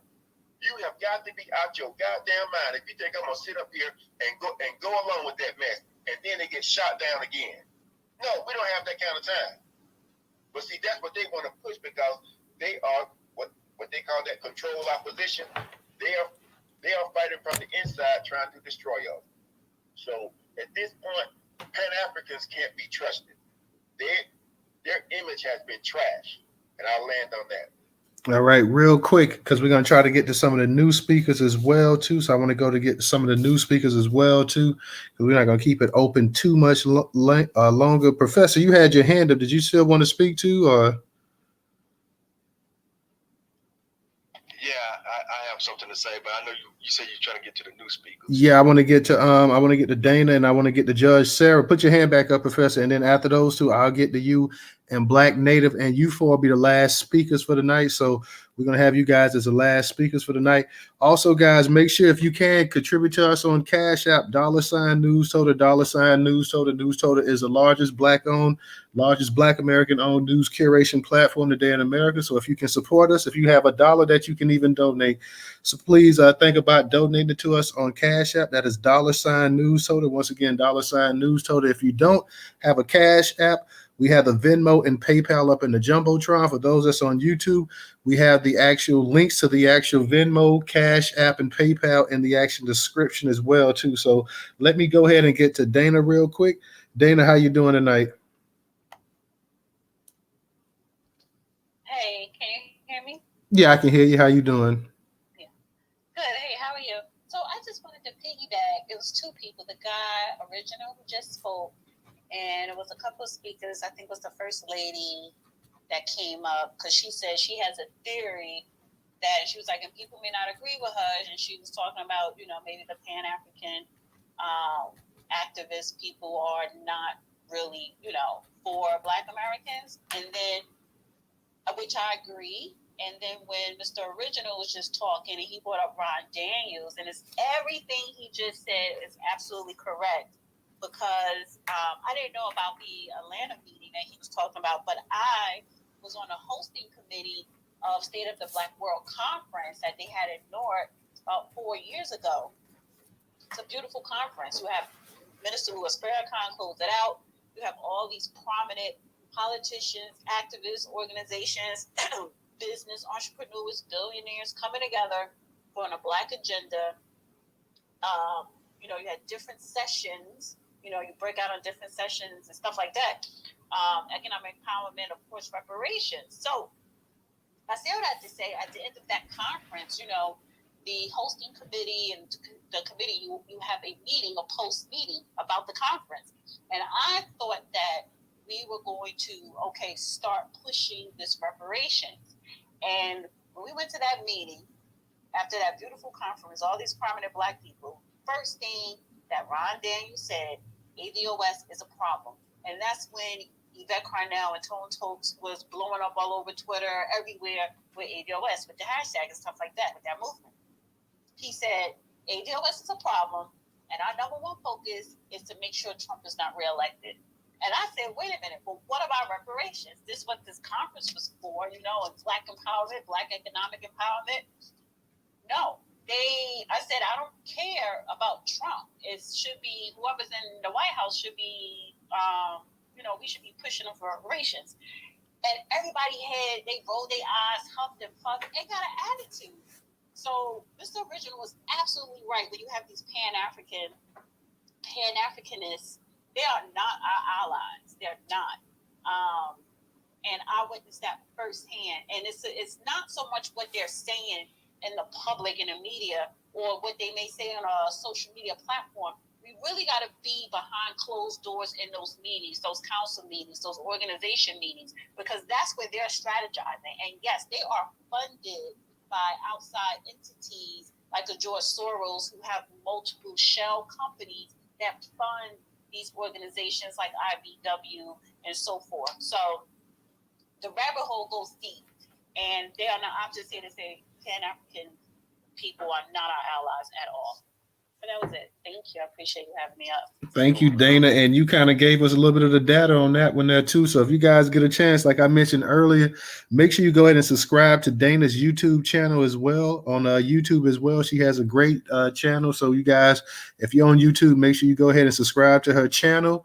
And she's definitely, she definitely has some great topics and conversations. So definitely give that sister a shout out by subscribing to her YouTube channel as well also. So just want to give you that shout out, Dana, because you do really have some really good content. And I do, when I get a chance, I try to catch up with you and Judge Joe Brown on there. You guys are always dropping knowledge, and I do really appreciate everything that you do as well too. So let me also give a shout out to Original and 400 for your contribution on Cash App as well too. I see we got my girl Judge Sarah up in here, and it's been a little minute since I had Judge Sarah up in here. So Judge, how you doing tonight? Hey, Newstoter. Oh, I'm just listening, and I'm just gonna always say my same sentiments. You know, I want to talk about reparations, and I'm listening, and I want to touch on what you guys were touching on as it relates to, for example, the farmers. I don't think the farmers are at risk of any kind of danger. If you watch the interview they did with the news, if you listen to the story, I don't think that they're under attack in a way that their lives is in danger. They are competing or feuding with two women, one of which is elderly. I don't know if you guys know about that. And what that relates to reparations is that I'm so sorry because I just get so annoyed because we're due reparations. It's absolutely owed to us. And I don't think we have gotten it or we're nowhere close to getting it because I don't think we're focusing on what needs to be done to get reparations. Reparations is about repair. No taxation said, who do we pay? You pay those who are harmed, who are continuing to be harmed. In regards to the farmers, what should be the focus is the legal aspect of it. The legal aspect of it is what they're claiming is that they were being harassed by their neighbors. And then when they turned on cameras to, monitor and see who's harming them, their animals or so forth, is when they were arrested. So what we're supposed to be looking at is the fact in terms of why were they arrested? What was the evidence that the judge felt was compelling to even arrest them? See, again, I'm going to say this, and I say this over and over again. I think it's going to take a while for people to understand it. The biggest harm that they did to us is that we're not equal under the 14th Amendment. And I spend my time here, and my goal is to document that we're not equal. See, I see all these rooms, and we're talking about this, but I see no one working towards getting reparations. Gavin Newsom has a task force. If you think that he's just going to hand us money, you're mistaken. He wants to be the president. I did a poll. Gavin Newsom created a task force for reparations. Will you vote for him? And most people said yes. We're not guaranteed to get anything. They are waving a carrot in front of us. And I don't see us anywhere close to getting this money. I see no activity making us prepared. What I see is people trying to stop someone else from getting something instead of working on us getting what we're due. I'm not trying to stop anyone from getting anything. That's not how my mind works. I'm trying to get mine. So I think it's more focused on taking care of us instead of worrying about what other people are doing. We'll be closer to reparations. I think that's all I want to say. I appreciate you, Newstoter. Okay, thank you. Let me go ahead and get to Professor and then Black Native. Professor, go ahead and unmute your mic.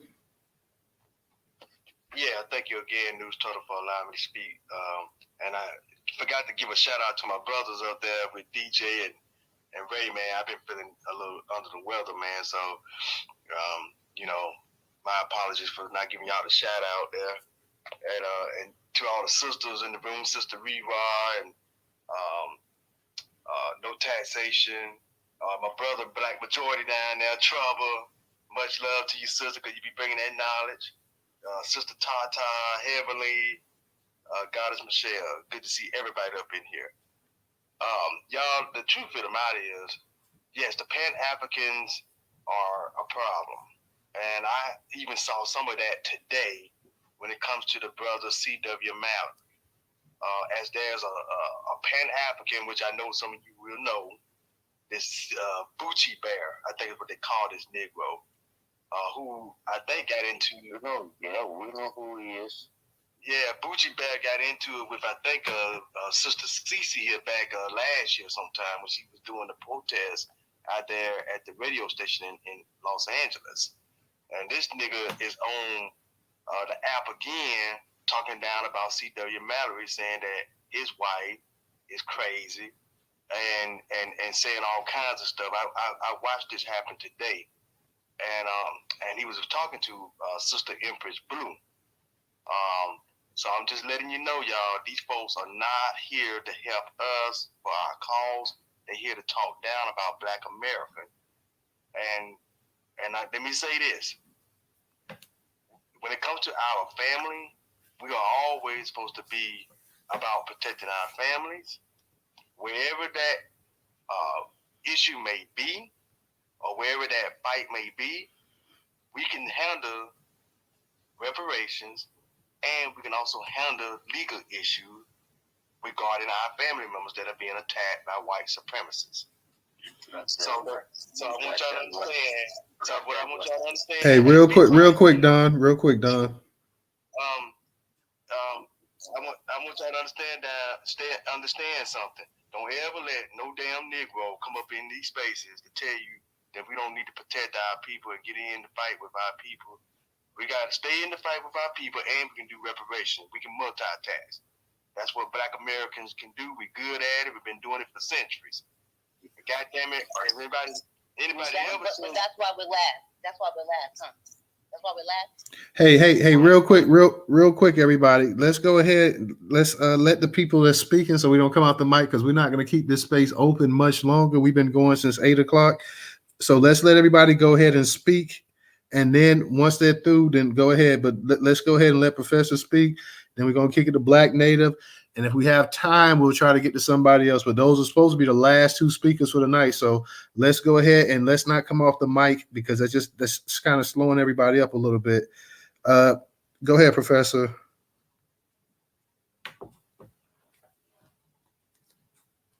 You got it, Professor. So now, this is not the, of course, call out anybody, Judge. This is not in regards to you, because I have heard more people trying to stop us from helping our own people. We got to continue to help our own people where there are legal issues at, and we can also do reparations too. We are a group that can multitask. We got to stay on code and help our people, wherever that fight may take us. I land my plane there. All right. Let me go ahead and get to Black Native. Black Native, go ahead and unmute your mic. Oh, did she leave? I tell about who, Judge? I think she must have left. I can't deal with the hypocrisy, the hypocrisy of it all. See, she don't really like Black people, so it's a whole thing. You know what I'm saying? So for her to come in here and constantly say, hey, who got the music on? You got shit going on in the Matrix. No, I was watching. I turned off my television. Oh, okay. She don't really fuck with Black people. I've heard her say it. You know what I'm saying? She's a capitalist. She's been married to a white man for 23 years. Like, this is just the hypocrisy. And that's what I'm saying. Don't come in our spaces acting like you love our people. I can't deal with it. It's like, no. Anyway, speaking about the Black farmer, he said he named his ranch the Freedom Ranch. And he did that, and he bought those acres of land because he wanted our people to come there, whoever wanted to learn about farming, agriculture. That's why he did it. And he has so much land. I would hope maybe possibly that maybe he could sell some of it to other Black families, and they can create and start, doing agriculture and farming, so he won't be alone by himself out there. Maybe that's an ideal that he might look into. But from what I understood, when I watched the video on why he was arrested, I saw that his dogs, they poison his dogs, they poison his sheep, they poison his cattle, and it's always about race. This man has 1,000 acres of land. White people don't want us to have shit. You understand what I'm saying? You remember that movie Rosewood? They got a piano, and I don't have one. Why them niggas got a piano? That's what that's about. You know what I'm saying? And he's been going through this for over a year, and we're just getting wind of it. And I thank God that our people are out there to support that man. He needs it. Okay? So we're not going to keep acting like, oh, it's a neighbor dispute. No, it's not. They killed one of his workers. They shot one of his workers, and I don't believe none of them went to jail for it. This is it's always about race when it comes to them. They don't want us, they want us to be destitute. They want us to keep begging. You know what I'm saying? They always want to be feeling more superior than us, and they can do it economically. They run the whole system, so we ain't got to break that down. So I just want to say this also, Newstoter. I noticed that they've been messing with your spaces. I've had to come in and out a couple of times. Ray had to come in a couple of times. Now, I've been in spaces where white people hold in spaces, and it's like at least 15,000 people up in there. No problems. And it's more people. Thank God, more people are coming into your room.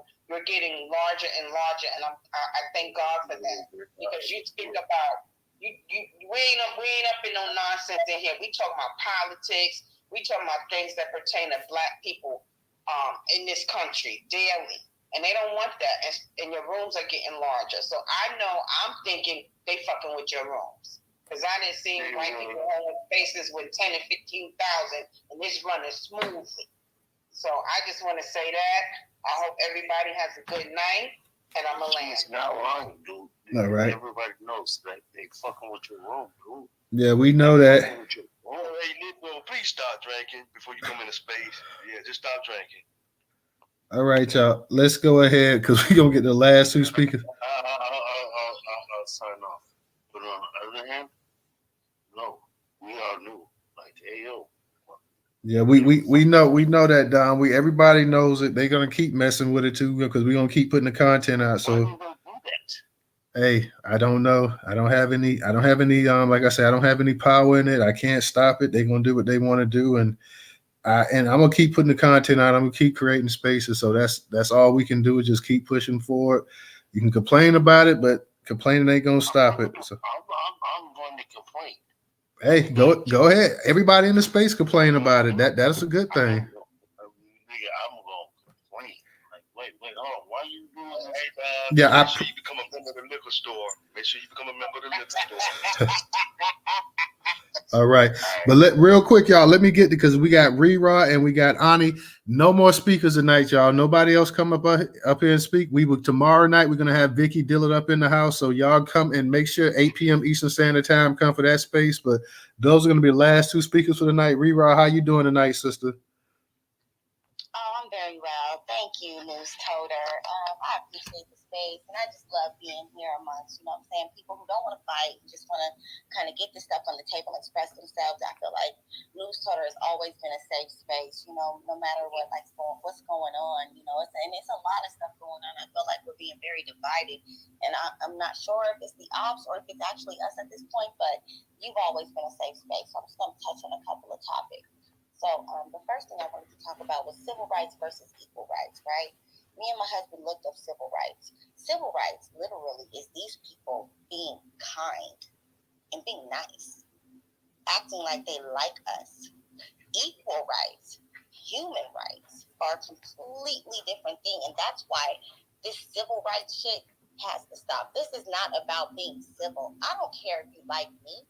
This is about my equal rights as a human being. It's about my humanity as a person to be able to live in this country and experience the American dream like everybody else can. And then the second thing I wanted to talk about was the Pan-Africanism, I just don't see them. I see that they're giving us a lot of pushback. I see that they're, really mad at Black Americans who finally caught wind of these Africans and all of them, everybody, African, Mexicans, Arabs, like all of them. They don't like us. And I definitely don't see them down at the Black farmer. I don't see them with the Black farmer. I don't see them riding with them. You know what I'm saying? So I definitely feel like there's some kind of where their loyalty really lies. But I was Pan-African. I supported Africans. And when they came into my neighborhood when I was younger, I always helped them. I had African friends. I'd braid their hair, let them let them wear my clothes, my shoes, whatever. You know what I'm saying? Like, I didn't have a problem with Africans until probably 2023. Sorry for cussing. And then as far as the Black Lives Matter goes, you know what I'm saying? It's like, should we have to tell them that? You know what I'm saying? Should we have to tell them that? And so I'm feeling like, you know, we're saying Black Lives Matter, but I don't think that they're hearing that. They're hearing something else. Where Black Lives Matter. I mean, why should we even have to say that? They should just know that. And since it took like this whole other like thing, it's gained wings and like landed in China, landed in Russia, landed in India, like it's landed everywhere. And now it's like, is it Black Lives Matter or is it everybody's lives matter? You know what I'm saying? And yes, everybody's lives matter, but everybody's not being harmed like us. You know what I'm saying? And then the woke thing, like whenever Black people do anything, it's a war on it. There's a war on woke. There's a war on being woke. And the only reason why they haven't came up with a slogan to like, you know, like Black Lives Matter, and then they said, well, white lives matter and everybody's lives matter. They haven't been able to come up with a slogan to back that, because what they gonna say? Sleep lives matter, like sleep versus woke? Sleep versus woke, there's no comeback for that. You know what I'm saying? And they have a war. There's a war on woke. There's a war on getting information outside of the mass media. Like there's media. There's a war on. There's a war on woke. You know, so they want us to say sleep. You know, first it was guys aren't smart, you guys can't learn, you guys are so stupid. You know, and now we're woke, and there's a war on woke. So, and then my last point is we don't have no friends. There's a fear of a black planet, okay? Period, point blank. We are the only people who even have the moral compass to say, hey, that's not right. Even when we're doing wrong, even when we're being done wrong. I'm sorry, not doing wrong, but even when we're being done wrong, we still have the humanity and the heart and the love to say, hey, what you're doing to that person isn't right. Outside of our communities, whatever. You know, if a white girl got killed today and her head was like chopped off or some crazy shit, we would be like, that's not right. We are the moral compass of the whole world. And unfortunately, that puts us in a place to where people want to constantly combat us, because there's so many people working towards keeping this shit the way that it is, even though they don't know if we stop fighting, they're all going to be back in chains, yo. Like, they're all going to be back in chains if we stop fighting.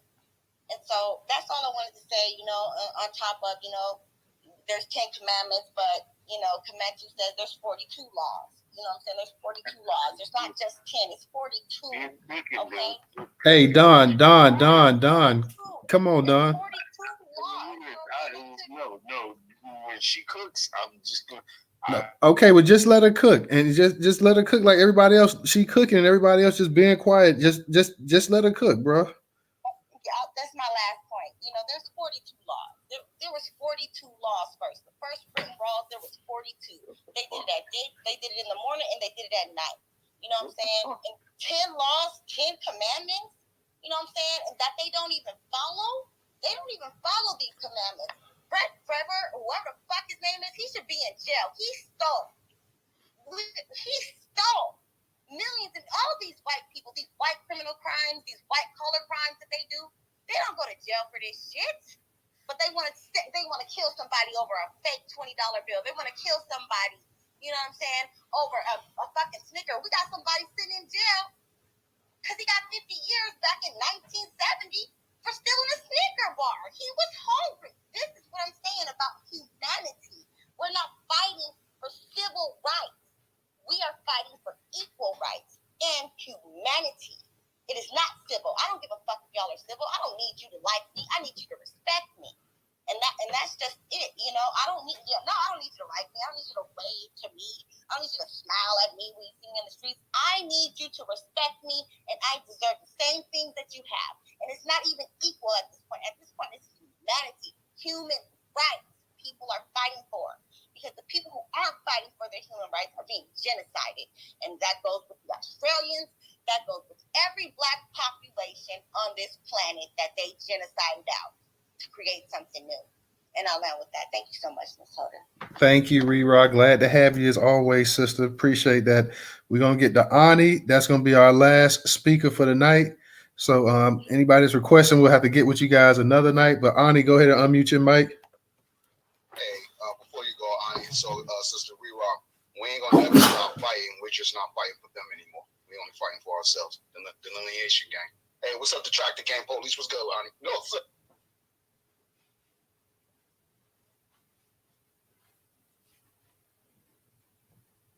Yeah, you there, Ani? Ani got janky phone gang. Yeah. No, hold on 1 second, y'all. Boy, we about to get on this bus and leave you. Yeah. We trying to go to the Atlantic City, son. Hey, y'all, Sister Rerod, that was powerful. Man, I tell you, you cook. You really did. You cook. Okay, I'm back. Thank you so much, Professor. Yeah, I'm glad to finally hear you speak too, sister. Okay, that's all I want to say. When we have these meetings, man, I already talked to DJ. I'm the track day. We got to get these agents up out of here. Newstoter, you're doing a good job, but you're a little bit too nice to these people, man.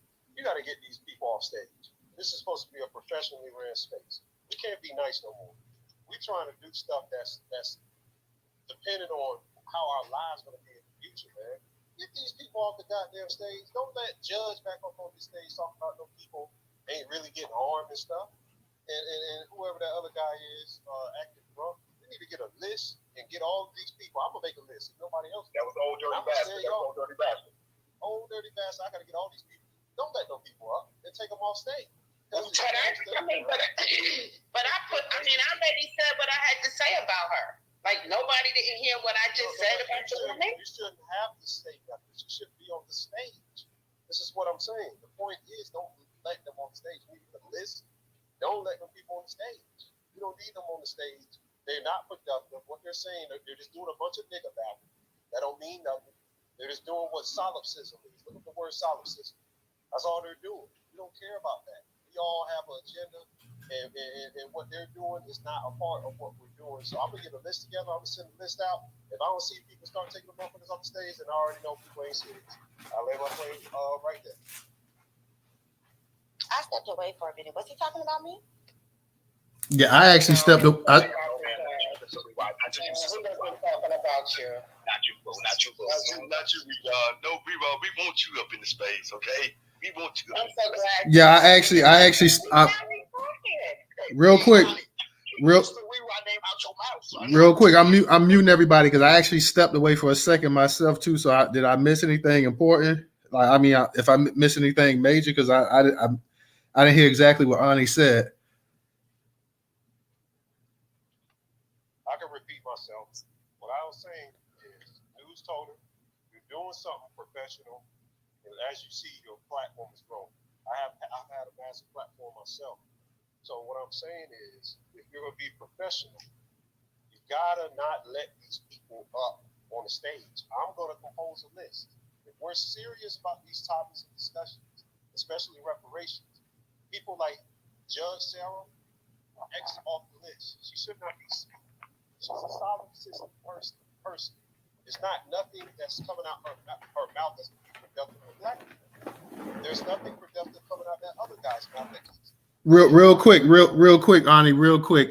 And I appreciate what you're saying. I appreciate your concern, and I appreciate you giving props to the platform. And let me just assure you, being the curation platform that Newstoter is, that we are definitely serious about putting out news, and actually having an interest in dialogue, intelligent dialogue as well too. We're on a Twitter space, and sometimes you're going to get people coming in a Twitter space that's going to give their opinion that you may not agree with. Now I know Don, he tends to come in, drunk and stuff like that. So, but I appreciate what you're saying, brother. But at the same time, I'm just going to let you know, and this is no disrespect to you, I'm going to run this platform the way I see fit to run the platform. So, I mean, I understand what you're saying, and I appreciate that. But just man to man, I'm just letting you know that I'm going to run it the way I see fit. Okay, that's fine, but that's just all ego-based, brother. What I'm saying is there's people on all these platforms are interrupting the flow of the conversation, and just because you want to run the platform the way you want to run it, all I'm saying is it's interrupting you got a guy that's been on the microphone the whole night, interrupting you, interrupting everybody, and you just don't get him off the stage. And everybody knows that that's what's going on. Then you have somebody else coming in. I understand people got opinions. You want people to voice their opinions, but we heard their opinions. You want to hear new opinions. That's what you mean. You want to hear new opinions. Nobody want to hear some solipsism stuff. People saying, "Oh, that's why we're at the bottom." You know, some stuff like that. We already heard all that stuff, Judge. Well, hey, real quick.